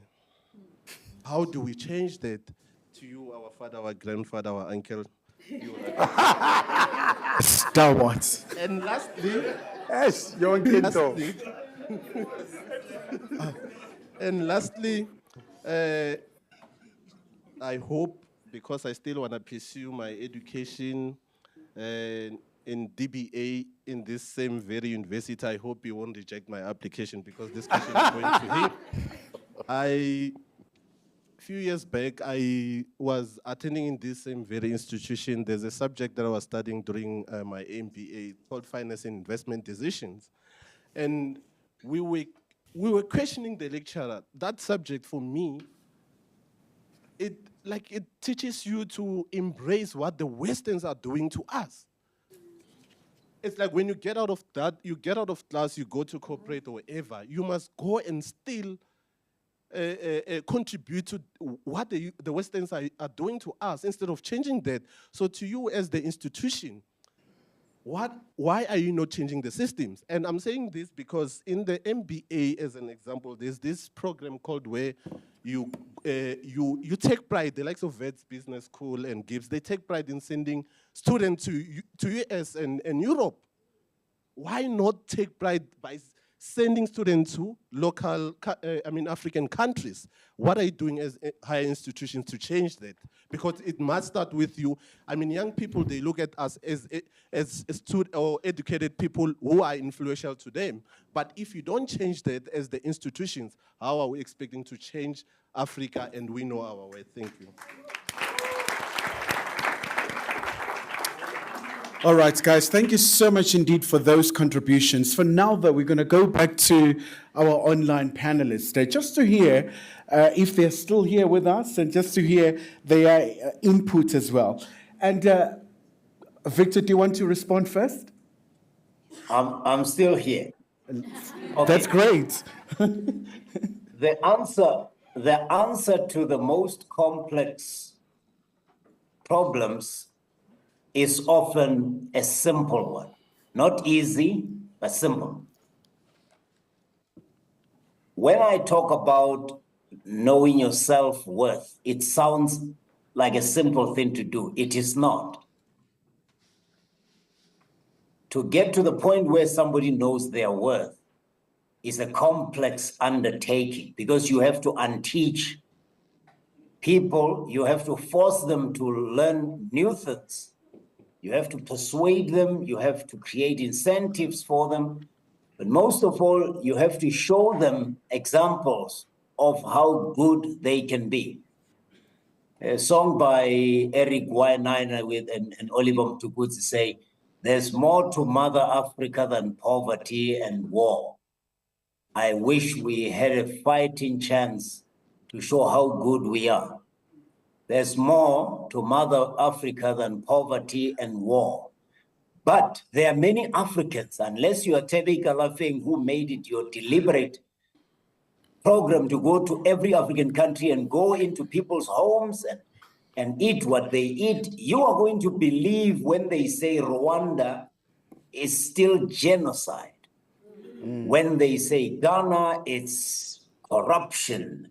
When they say Zambia, it's, you know, you're going to hear that John Magufuli died because he was a COVID denialist, and you're going to believe that and not realize that this man had managed to catch out Petra diamonds, acacia mines, all of them listed in London, mining companies that were depriving Tanzania of its well-deserved mining royalties. They will not tell you that he had built a 24-kilometer fence around the Tanzanite fields at Kilimanjaro to make sure that this Tanzanite, which is a phenomenon that can only be found in Tanzania, is not stolen by non-Tanzanian companies. You will not know that he was trying to affirm that Lengana or Umstonyane, which has been proven to be effective against malaria symptoms, which were similar to the symptoms of COVID, had already earned a Chinese professor a Nobel Prize in medicine for treating the effects of malaria. And the Max Planck Institute in Germany managed to prove that it was effective, that when he questioned Big Pharma, he became a target. You're going to be told he was controversial. You're going to be told he was a dictator. You're going to be told he was not good for media freedom. That's what you're going to be told. You're going to be told that Nigerians are all corrupt and 419 scammers, not knowing that if you have 200 million people and the biggest banks are, or the fastest growing banks are Nigerian, the fastest growing startups in fintech are Nigerian, the more money is flying into Nigerian startups than any other country, that the richest man in Africa is Dangote. He put in $20 billion into a refinery that will be able to produce 650,000 barrels of petroleum products per day, supplying Nigeria and the rest of the economic community of West African states. You're not going to be told that James Mwangi has twice been voted the African Banker of the Year by not an African, but a British magazine, The Banker. Twice, and he's the only African after Bill Lynch, the late Bill Lynch of Imperial, to win the Ernst & Young Entrepreneur of the Year awards. You are not going to be told these things, because when you read about Africa, CNN will say there was a boy who got raping 2 women, and you think, well, if that's all they say about Africa, it means that's what Africa is about. When I'm listening to people now, they talk about we don't believe in one another. Well, you can't believe in yourself, because the world you're watching on Instagram, on Twitter, on Facebook, on CNN, on BBC, all that world is telling you that you are with crime, corruption, disease, inferiority is your nature. Now, somebody talked about algorithms. There's a documentary on Netflix called Coded Bias. Coded Bias. If it's still there, go and watch it. Algorithms are not natural. They are not a natural phenomenon. They are artificial. They are created by people. These are templates. Artificial intelligence is exactly that. It's artificial. The laptops, the computers, the hard drives are fed certain types of information that make it possible that when you type Tebe Ikalafeng, you might be told by Google that the name Ikalafeng is incorrect. Maybe you are trying to say iconoclast. Tebe is incorrect. You are trying to say there, or them, or these. Irrespective of this man studied at Marquette in the US. No. That name is wrong. So algorithms are not natural. They are human. They are man-made. Let me not say they are human-made. They are man-made. Men who are chauvinistic, who are often white and racist. They are going to build these algorithms, sometimes inadvertently, because that's all they know. Remember? They were brought up to believe that Africa is starvation and hunger and corruption and disease, and they will create these stereotypes. Now, the reason people like us are making so much noise about Africa is to try and fight these algorithms, so that when they go online and they say, I mean, look at my surname, look at it. It looks wrong. If you just go to Google, that surname just looks wrong. There's no way you can be Homueswana and a real human being. You must be some cannibal from some dark caves that you only just ever come out. You know what I mean? So until and unless we tweet about Tebe Ikalafeng getting 2 PhDs, so that the algorithms on the internet remember that name as a double PhD, but a master's, double master's from Italy, Turin, and Marquette in the US, and a former director of marketing at Nike, and the leader of brand leadership. Unless we tweet about this, we keep on tweeting about people fighting over slave queens, we are allowing the Internet of Things to keep us out and marginalized. So when I talk about teaching Africans of their self-worth, I'm not talking about something that's easy, but it's straightforward. But we keep going this way and that way. We keep watching the housewives of LA and not asking Tebe to tell you the big brands of Africa. This man knows about the big brands of Africa. He has met the owners. He has met the proprietors. So when he talks, he's managed to run Nike, but he also knows about Batu. He knows about what is the running shoe in Nairobi, Tebe. He knows about these brands. But because we continue to tweet about Kim Kardashian, let's not be surprised when the internet is so biased against us, because we are happy to follow ridiculousness on American TV, but not ask about Max Maisela, one of the greatest entrepreneurs to ever live in Africa, in South Africa, who even went through the global credit crunch without a single cent in debt. He never laid off staff because he owned the business. We don't ask about James Mwangi. We don't ask about Jim Ovia. We don't ask about Mo Abudu. We want to know about Oprah Winfrey, all right? We want to know about Carol Massa of Bloomberg. I'm saying this is a serious business. We have to understand you can't win a game that you are losing if you don't understand why you are losing it. We are losing it because we're trying to get into somebody's house on our terms. We don't understand how that house is built. And I heard about financial markets just lastly. Financial markets, well, don't get me started about financial markets, because if you read a book by John Perkins, he's not an African, he's an American. The Confessions of an Economic Hitman, about how this man was working for the Secret Service of the United States. And his job was to go to African countries, South American countries, any country that had mineral resources, especially oil. And the job was simple. This is not stuff I'm making up. I know I'm a creative, but I don't make things up. His job was to corrupt the politicians in those countries. Yeah. And if he could not corrupt them, and this is what corrupting them meant, it meant make them believe that their country will grow by 18% or something like that. And then convince the World Bank to lend money to this country so that it will be so indebted that when it cannot pay back the loans, America can step in and say, you can't pay back the loans, we will take over some of them, but we want your oil and rice that go with it. That's how Saudi Arabia was sold to the Americans. That's how Ecuador was still unstable in a very long time. Bolivia, any country that has mineral resources.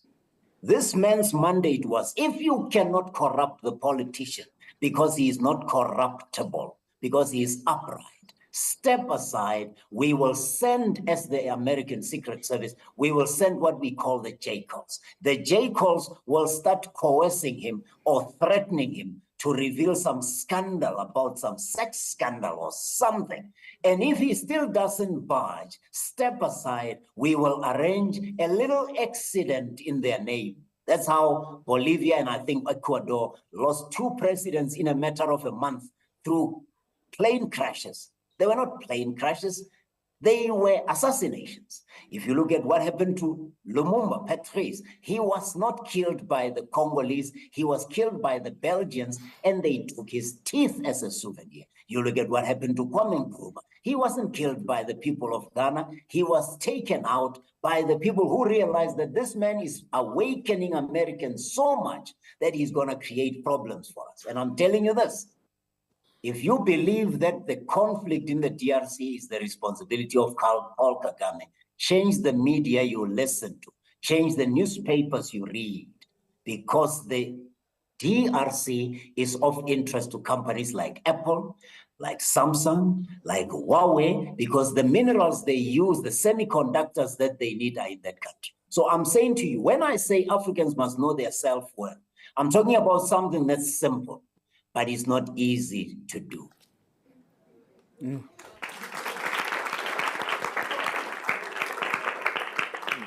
Thank you so much for that, Victor. And Mrs. Sabena, are you still with us?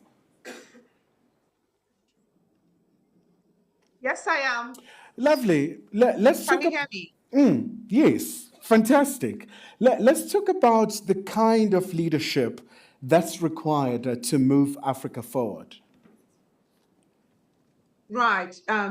Thanks. So I sincerely believe that, the continent requires leaders that are visionary, leaders that are committed actually to the development of their countries, leaders that sort of take accountability to the people that they serve, so servant leaders, people who accept responsibilities for their decisions and their actions and do not mind, or rather take feedback very well, when they are told that things don't go very well.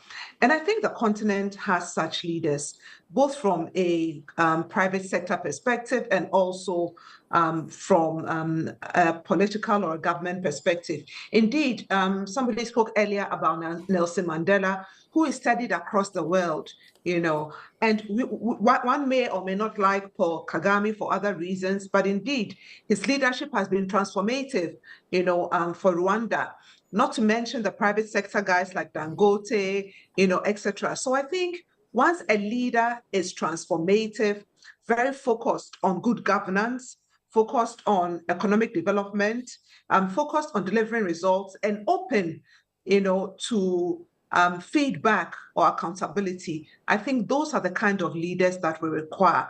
And we must be more deliberate about it. I think sometimes we tend to point out everything that isn't working, but there are great examples of what's also working. And I think all of us should pick a cue from that and take that forward. Thank you. Fantastic, Abena. We really appreciate that. To bring you in, Tebe, you've had an opportunity to traverse across the length and breadth of Africa, experiencing a number of challenges, because I would imagine it comes with quite an experience. How was that?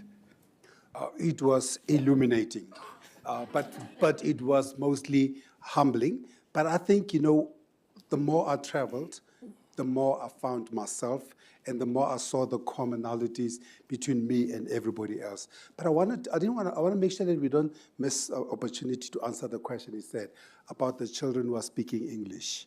And if you look around this room now, I'm sure half of them have got kids. The kids can't speak the black language. And the parents will tell you, oh, it's much easier for him if he speaks English at this age. And then if you ask them, where did you grow up? And I grew up in a township. I said, but you grew up speaking your own language.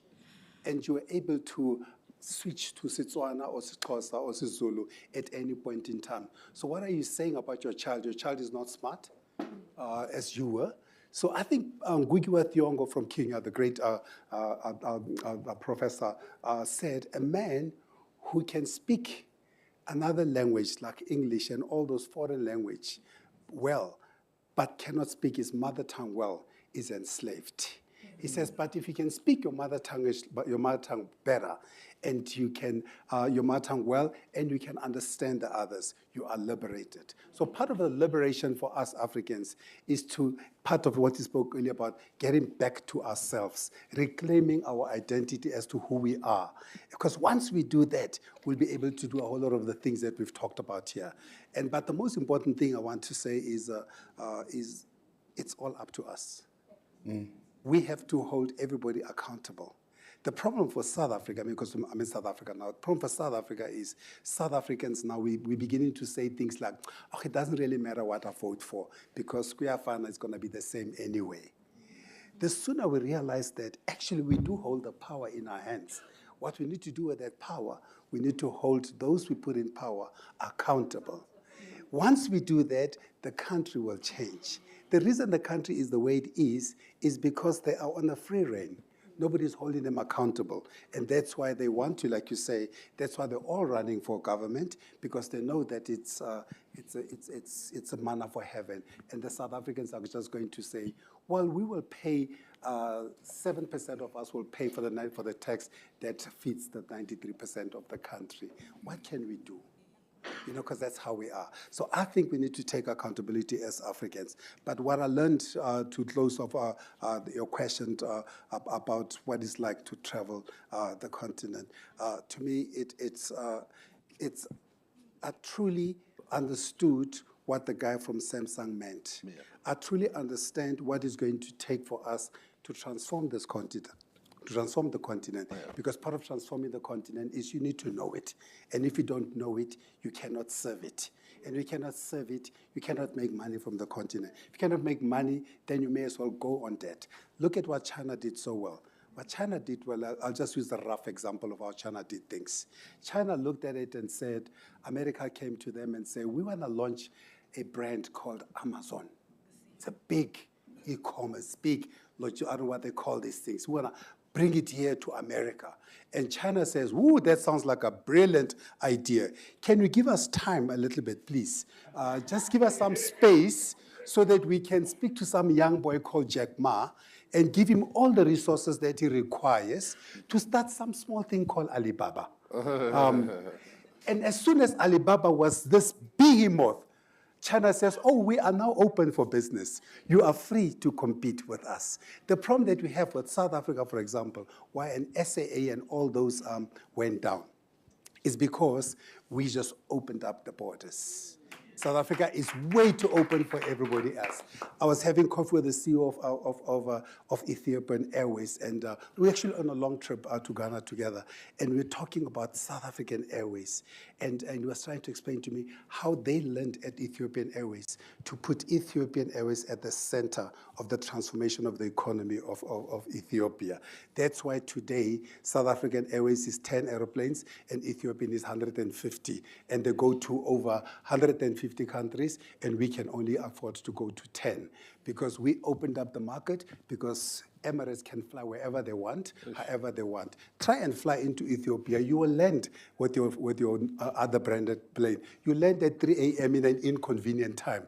But if you're flying Ethiopian Airways, you will land at a convenient time. The same thing that they do to us when you go to London. They will put you at the furthest place, and they'll put their planes at the most convenient place. The sooner we learn that what we have here is our power, and we must use it judiciously, they will never ever progress as a continent. So accountability is also accounting for our resources. That's why Masisi, just next door, taught the BS a lesson in economics. When the BS said to him, can we talk about our 30-year contract, same terms as last time? And Masisi says, oh, those terms don't exist anymore. And they said, wow, if you want to play hardball, we'll just go. You don't even have customers. He says, we will create our customers because they want our diamonds. So that's how we need to operate as a country, as a continent. Because once we do that as a continent, once we replicate what Masisi does, once we replicate what Kagame does, once we replicate what the Nigerians, the businessmen like the Dangotes, all those do, this continent will prosper. Until then, we'll be slaves.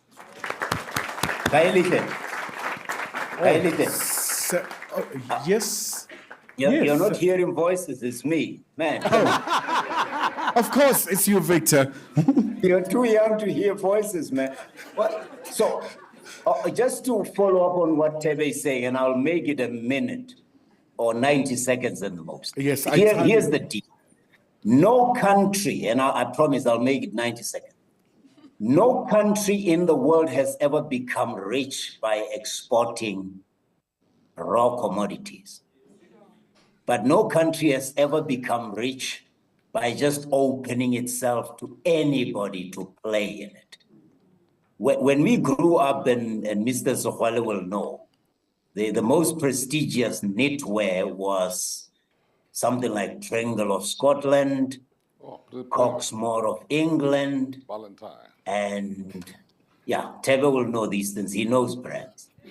Samsung didn't become a big brand by accident. Neither did LG and all these South Korean brands.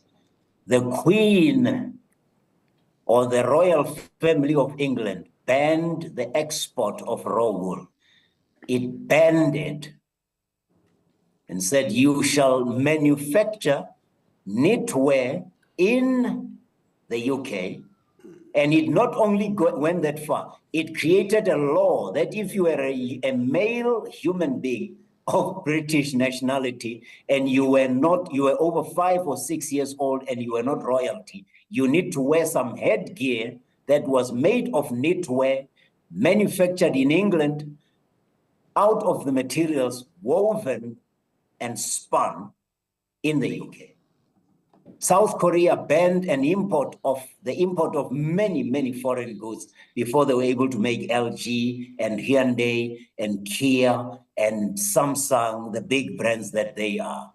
And if you think that's only something that undeveloped countries do, think about it. You saw Donald Trump when he was president? He just made up a story about Huawei.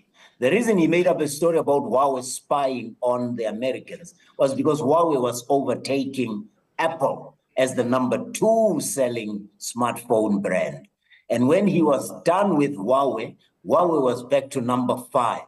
And Apple was back at #2. So what I'm trying to say to you is, let's not be fooled and hoodwinked into believing that when state intervention happens is because countries are not progressive. In fact, if you look at what America is doing, if you look at what the UK is doing, and all these so-called G7 countries, They are the most interventionist, the most import substitution dominated empires that you can ever come across. But they go to WTO and threaten us so much that if you ever intervene, you will be creating a problem. The Pentagon is a state-owned enterprise. It controls the world market of weapons.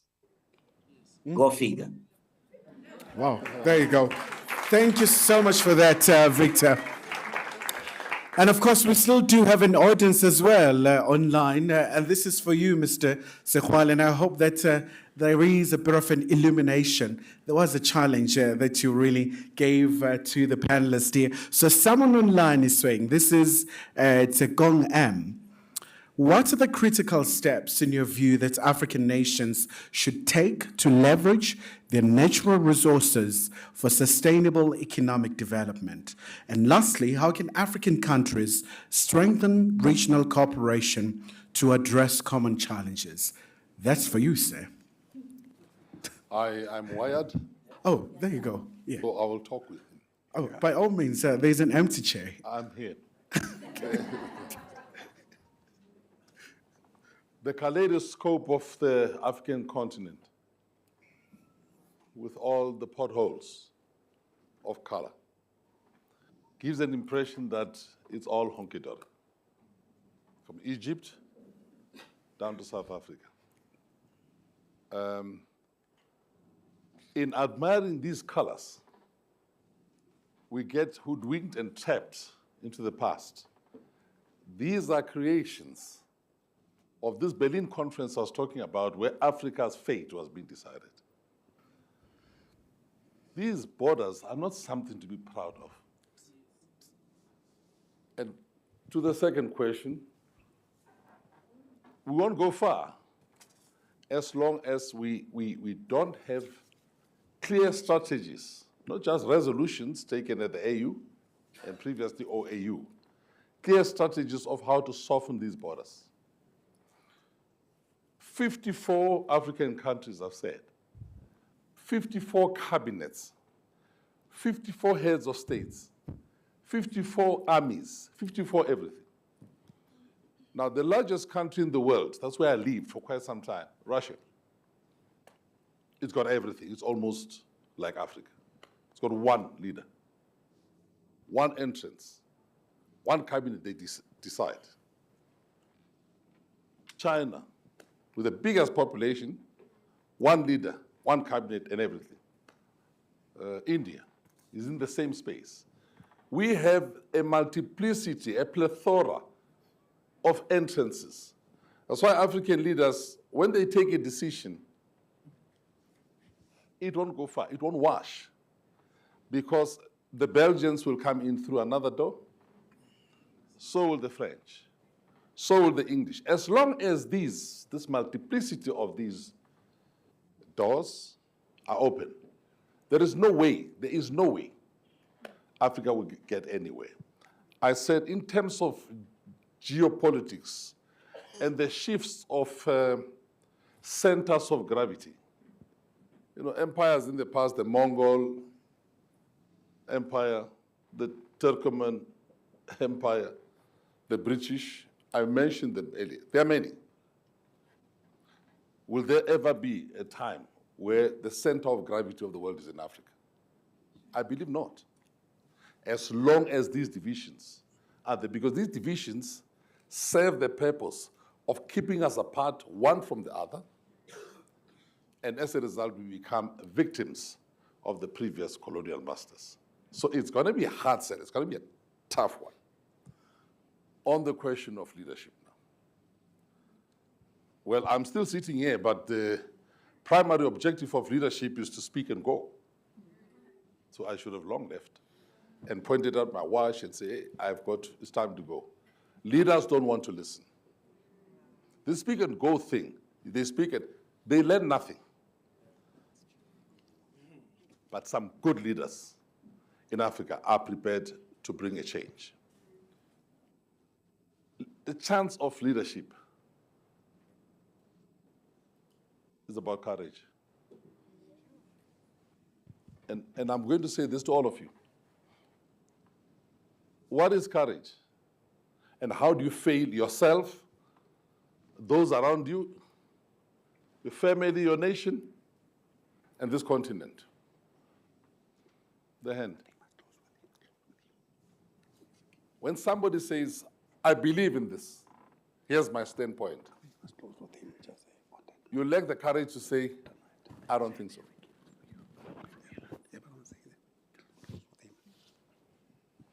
Because you're scared.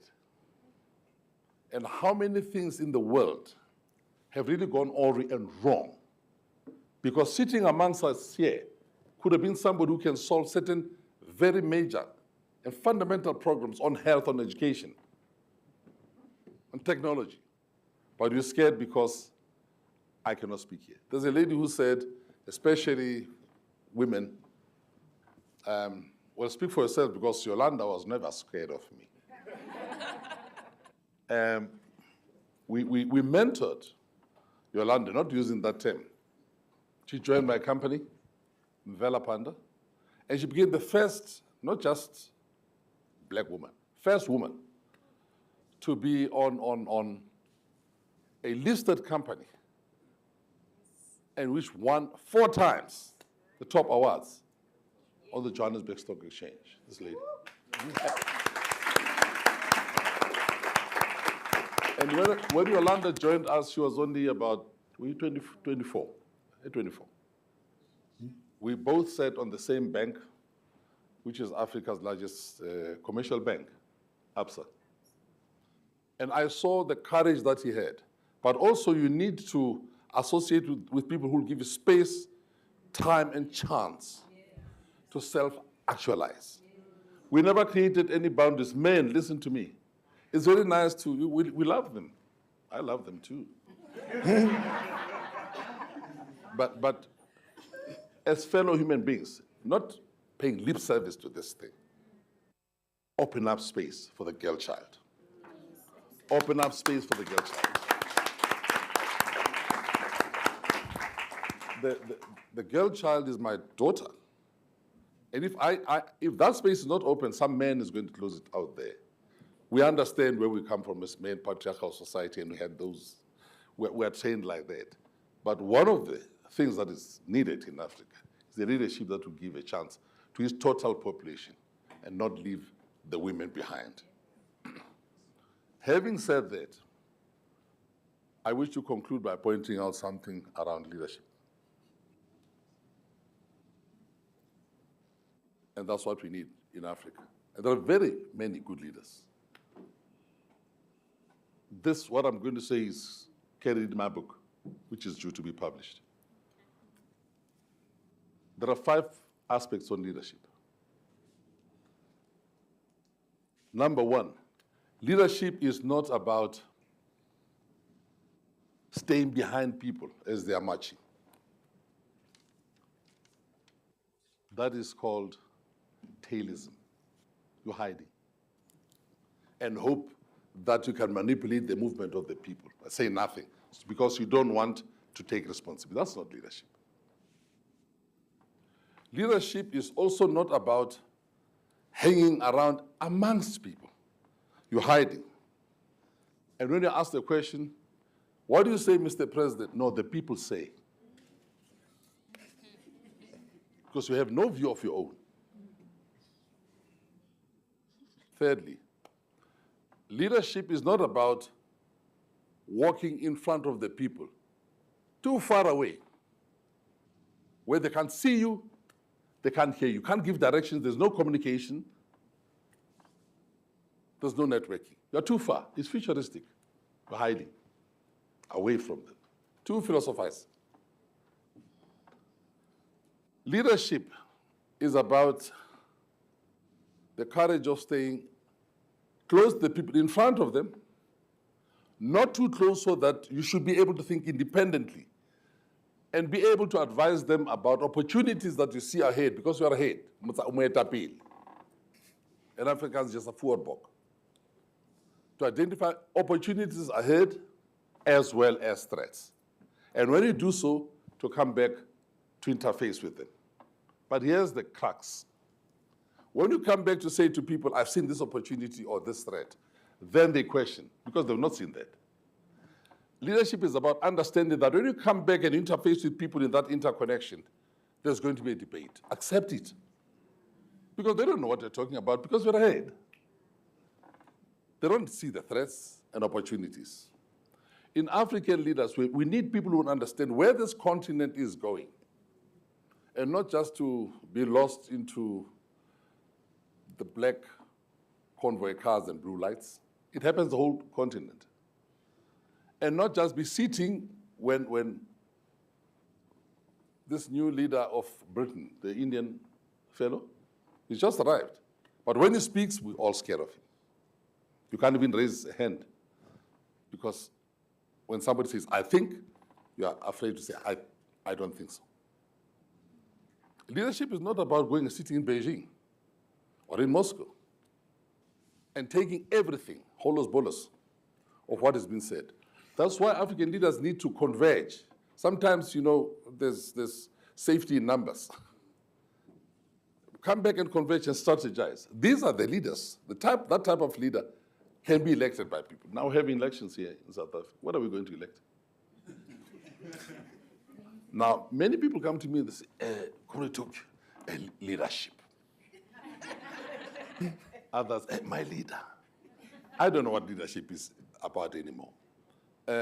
Leadership is about taking responsibility that you are serving. Why do you think people are rushing to be elected? They even create their own parties.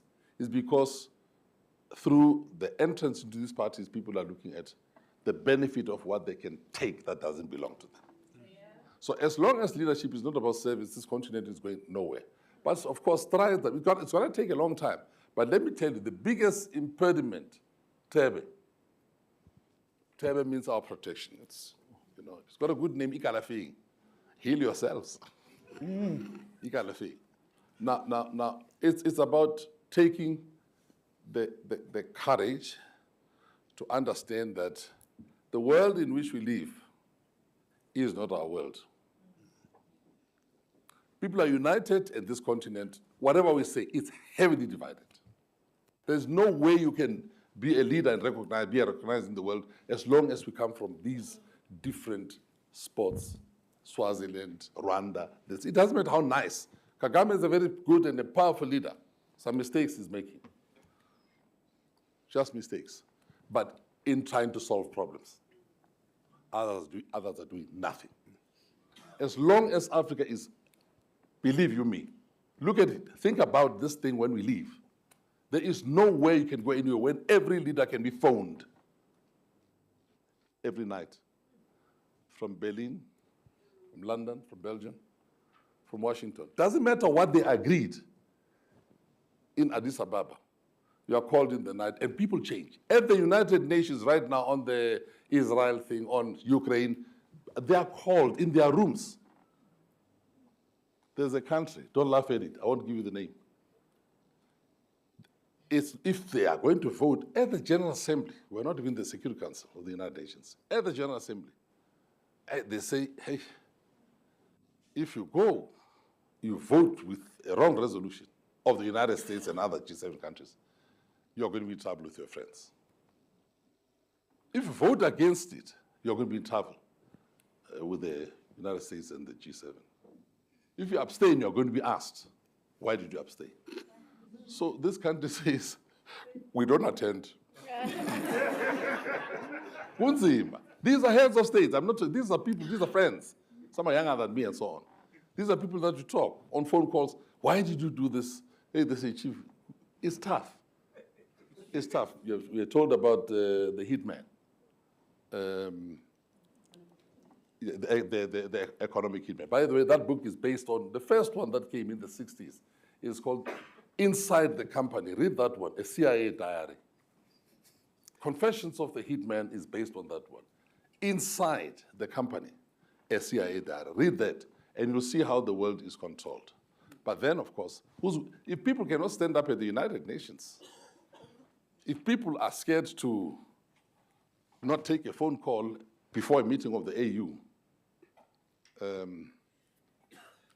and if people are not prepared to show their courage by saying, I have a different view, such people having been put there because I want a car, I want this and that, it's going to be a tough one. So the future of Africa really lies in this generation.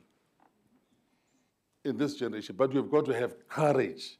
You can say anything about leadership. The key thing is if you don't have courage, lights are off.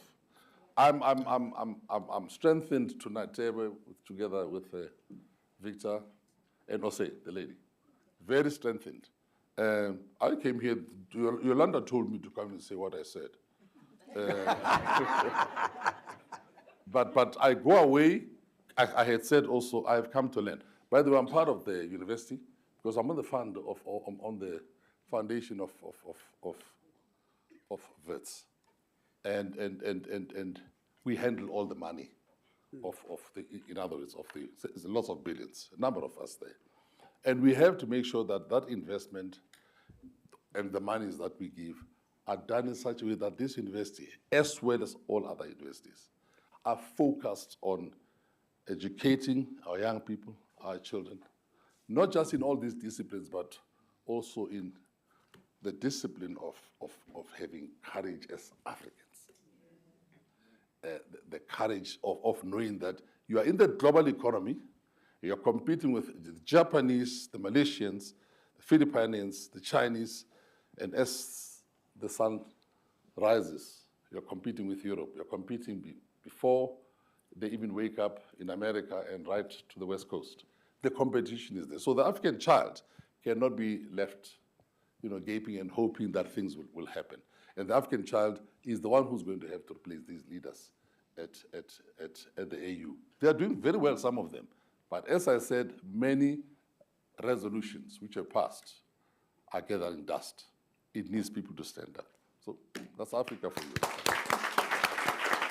Well, thank you so much indeed for that, sir. And at this particular point in time, in the interest of time, we have to say thank you to our panelists. And they did such a very sterling job, really enlightening all of us, making sure that we are really quite, revived ahead of Africa Day. So thank you to Thebe Galefeng here, advocate for brand-led African Renaissance, Mrs. Abena Osepoku, the CEO of EcoBank, all the way from Ghana, and also Mr. Victor Homoiswan as well, the author of Africa is Ready for Business. So thank you so much indeed for that. But at this particular point in time for acknowledgements and as well as the closure, I'm going to call Yolanda Kuba, the Vice President of Southern and East Africa of MTN Group and founder of the Mentorship Boardroom.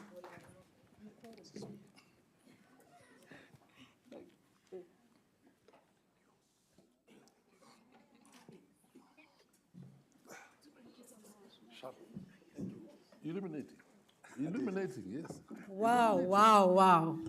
I couldn't have asked for better. You are my man. When we were conceptualizing this evening, okay, let me not lie, right? When someone else was conceptualizing this evening, right, I do not think she actually had this in mind. Right? She must probably sat there and said, man, because she said to me, Yolanda, I want to do something for Africa Day. This is who we are. We keep on talking about our Africanness, but we actually don't do and celebrate Africa. And I said, yeah, I'm not sure about this thing, man. We do 67 minutes of Mandela for Mandela Day. We do that, we do that. And she said, no. If we want to build real leaders for Africa, then we actually have to dialogue with Africa. And so today, I would like to first acknowledge her and say thank you, Musidi, for the idea. And actually, definitely, she must stand up. She's hiding right here. Yeah. Can you please stand up so that we acknowledge you? I can see.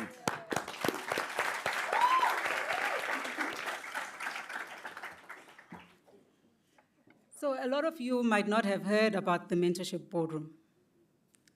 The Mentorship Boardroom is an idea that was born out of a need of a child who grew up in Duduza and in Kailicha, who was not politically connected, but through mentorship, through sponsorship, walked into doors and into rooms, had her kind of doors wide opened, guys, and the red carpet rolled out for her.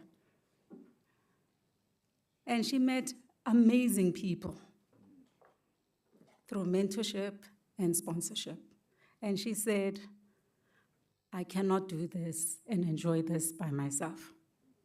And she said, I want to do this for everyone else.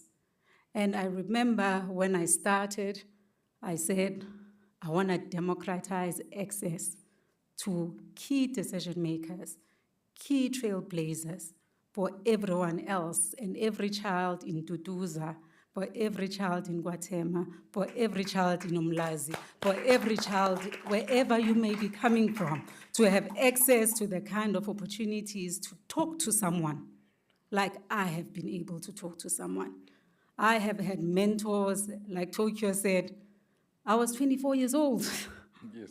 I was a nobody. You know, even the first pinstripe suit I got, he called his tailor. That's true. He called his tailor, his personal tailor, and said, can you please make this girl a couple of suits? Right?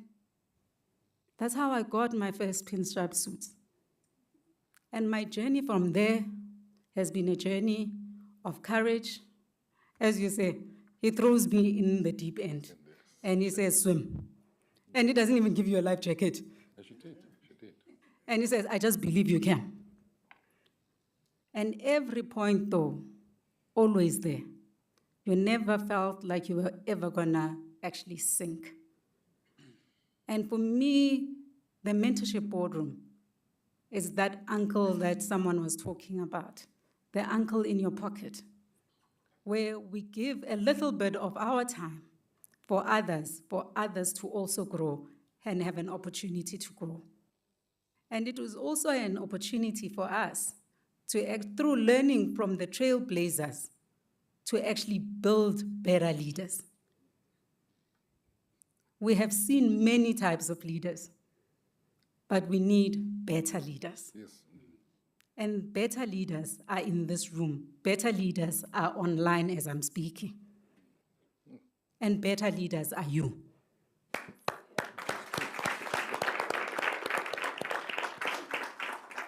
Let's discuss the military. With those words, I'd like to encourage each and every one of you to log on to our platform. It's called www.thementorshipboardroom.com. And sign up either as a mentor or as a mentee, so that someone, a child sitting in Sakanya right now, can have an opportunity to actually be mentored by you. Because all it requires is for you to sign up and say, I'm available on Sunday afternoon at 2 o'clock when you have dead hours, whenever you have dead hours, right? We all do have dead hours where we just don't know what to do with ourselves. Like, you know, on Sunday afternoons at about 3 o'clock, you know, between 3 and like 6, there's that dead hour where you don't know what to do with yourself, whether you should sleep or you should walk or you should do, like, give it to someone else whose life you are gonna change because you've had a conversation with them. You've showed them that you've been through a difficulty and you've made it through. And by the way, it is easier to achieve things once we've seen or spoken to someone who's achieved them before us.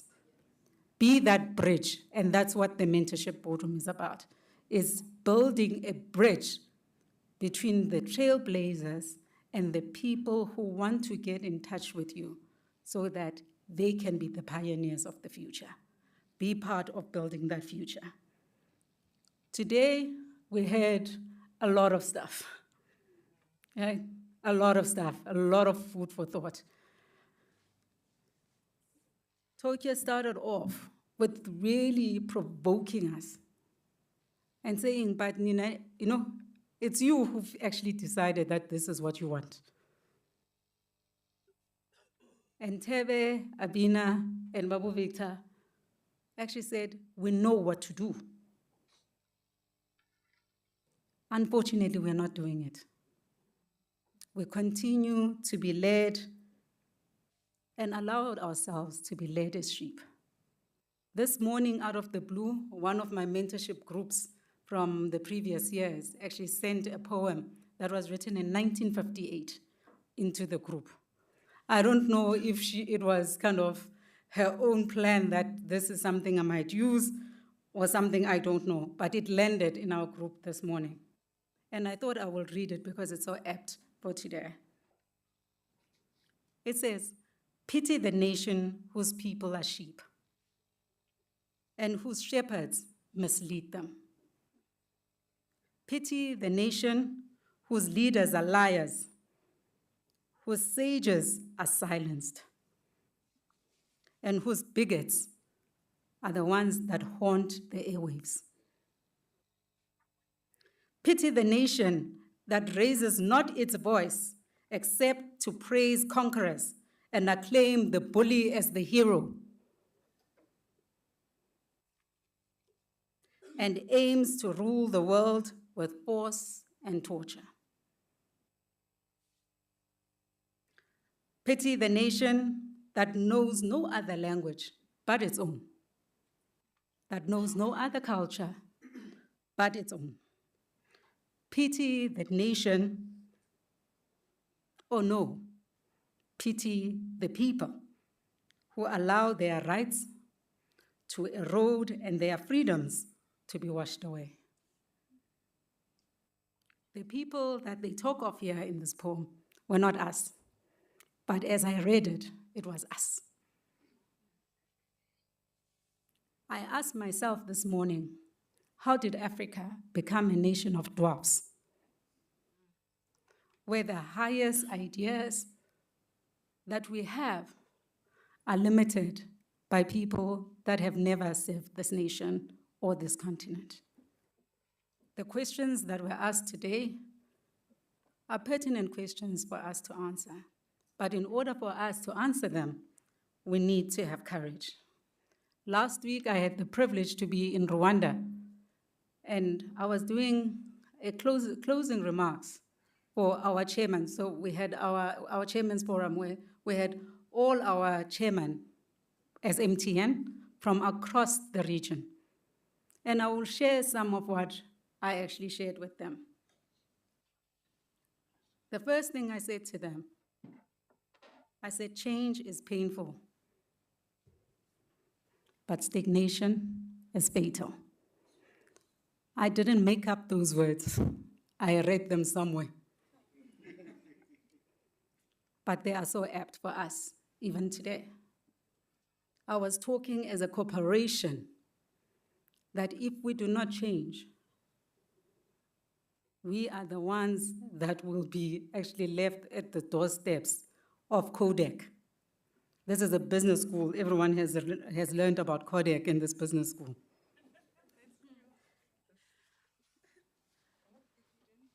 The second thing I did say, again, something that many of us say quite cleverly, is that the best way to predict the future is not just to create it, but to curate it. You know, people in marketing and in the creative industry understands the difference between creation and curation, right? Because there's a lot of deliberateness that comes with curation. Our courage needs to be curated. You know, that bravado-ness of being a Rambo, that's not what we need. We need to have bravery and courage where it matters. At these stages, we don't know at which point we become courageous and not courageous, and what drives our motives to be courageous or not courageous. But please understand that if we do not curate this future that we want, then we must not be surprised when people actually treat us as shepherd of sheep.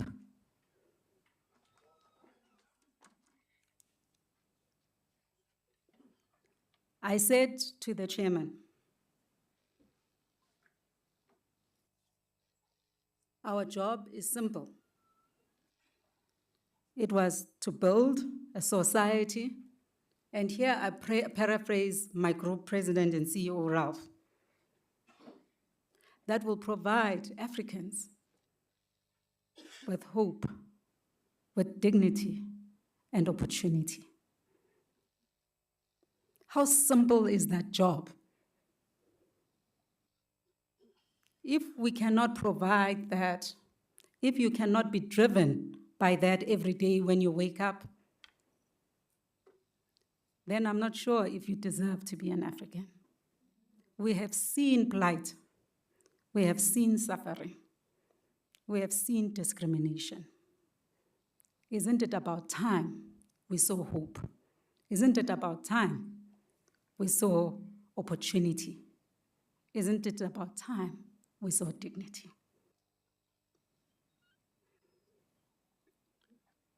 So, if I task you today, I will task you with what Tokyo tasked you with, which is to have courage.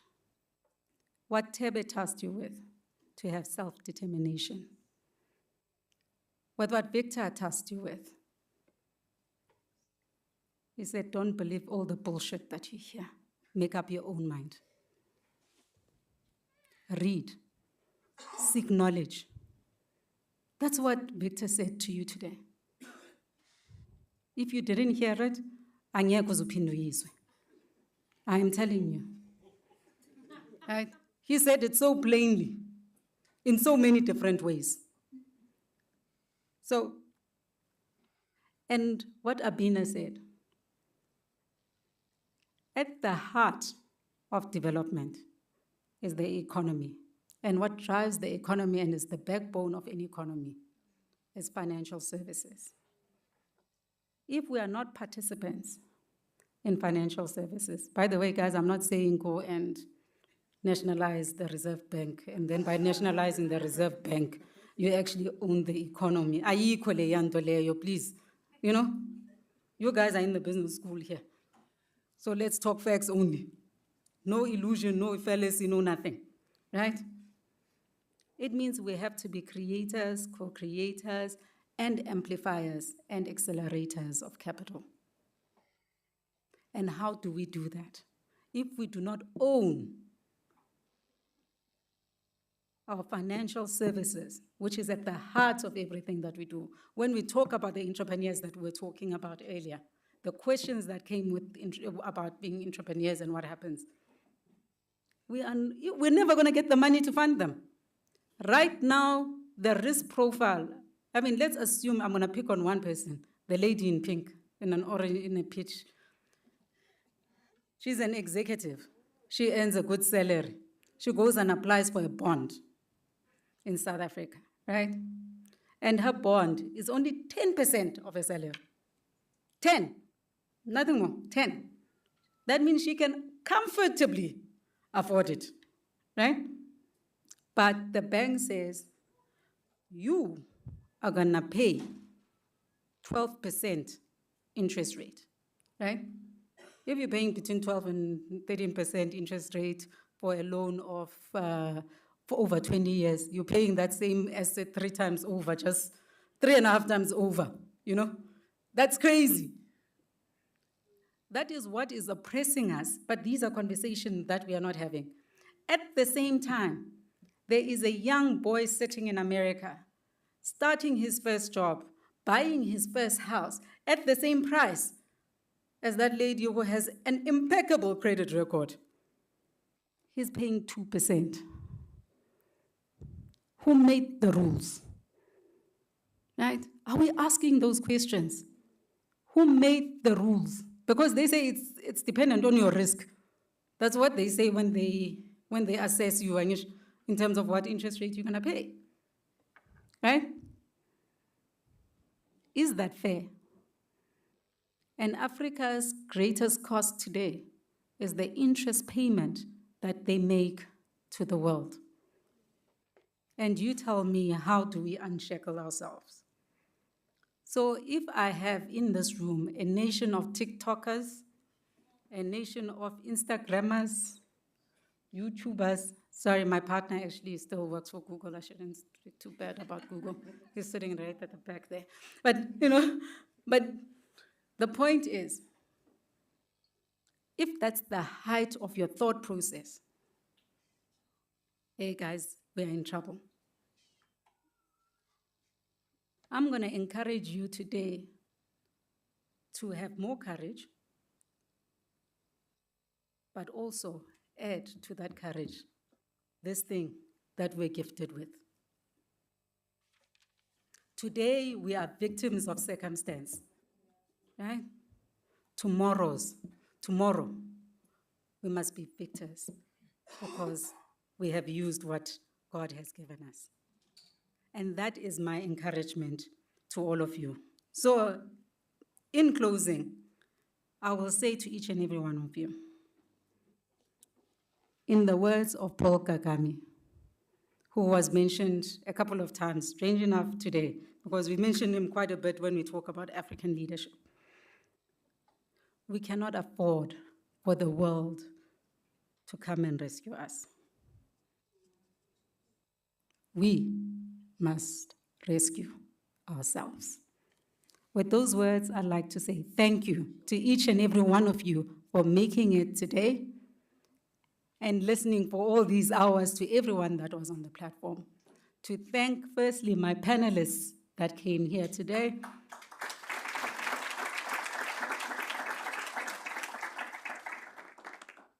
Babu Tsebe, double PhD in 1 month, you know, brand Africa, right? Guys, this is not someone you get easy, right? For him to come and share his perspectives with all of us is a privilege. And it's a privilege that I personally, for sure, do not take for granted. So I'd like to thank you for your time and the effort that you made in being here. I know you came straight from a funeral, straight into this auditorium. So thank you very much. Thank you. Tubabu Victor. Hey, Victor, I only know him as controversial.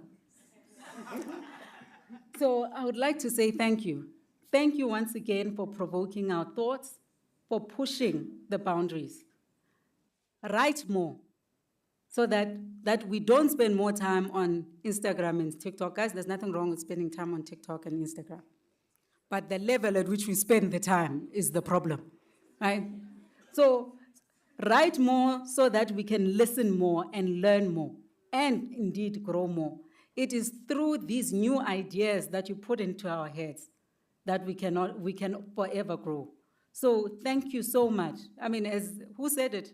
That a mind once stretched to a new idea never returns to its original shape. So you indeed continue to stretch our minds, and we encourage you to keep on going. Thank you so much, sir, for making the time to be with us.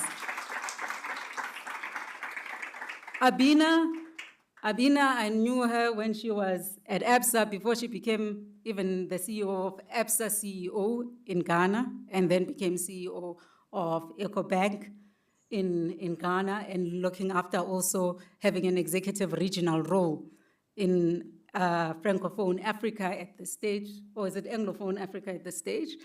And, you know, to actually listen to Abina, it's a pity that we had some problems at the beginning.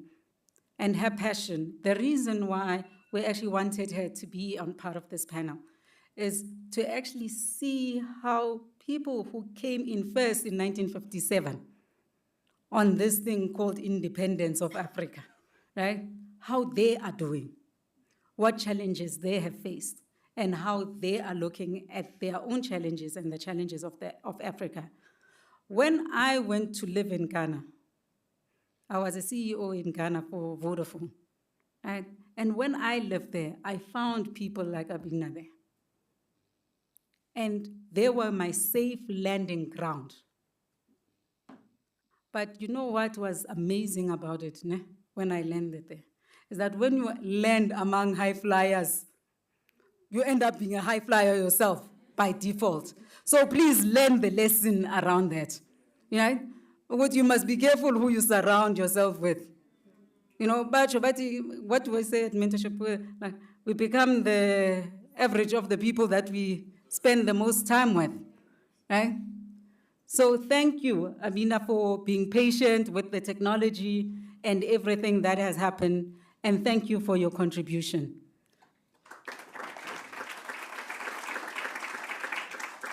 Tokaya, thank you for moderating. You've actually channeled this thing very well. I was worried how you were gonna actually manage this virtual, physical, and the Tokyo thing. You know Tokyo, ne? He dominates, right? Yo, I spent many years with Tokyo. So, you know, he likes picking on me, now I pick on him. When I've got the mic, I've got the opportunity to do so too, right? So, but thank you so much for championing this and actually being able to navigate this topic in the way that you have, such that we actually all live here with a lot of great nuggets that we can actually take home. So thank you so much. And to everyone who's been assisting in the background to make sure that this TMB and BITS School of Governance event goes well, thank you so much for all your efforts and all that you've done. I really appreciate it, and the team really appreciates it.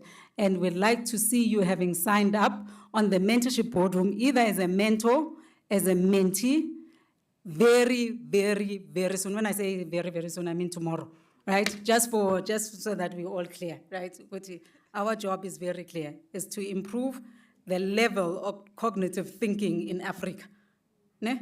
Such that we are deliberate, we are courageous, and everything that we do is curated for the betterment of creating more opportunity, more dignity, and indeed more hope for the people of Africa. Thank you very much.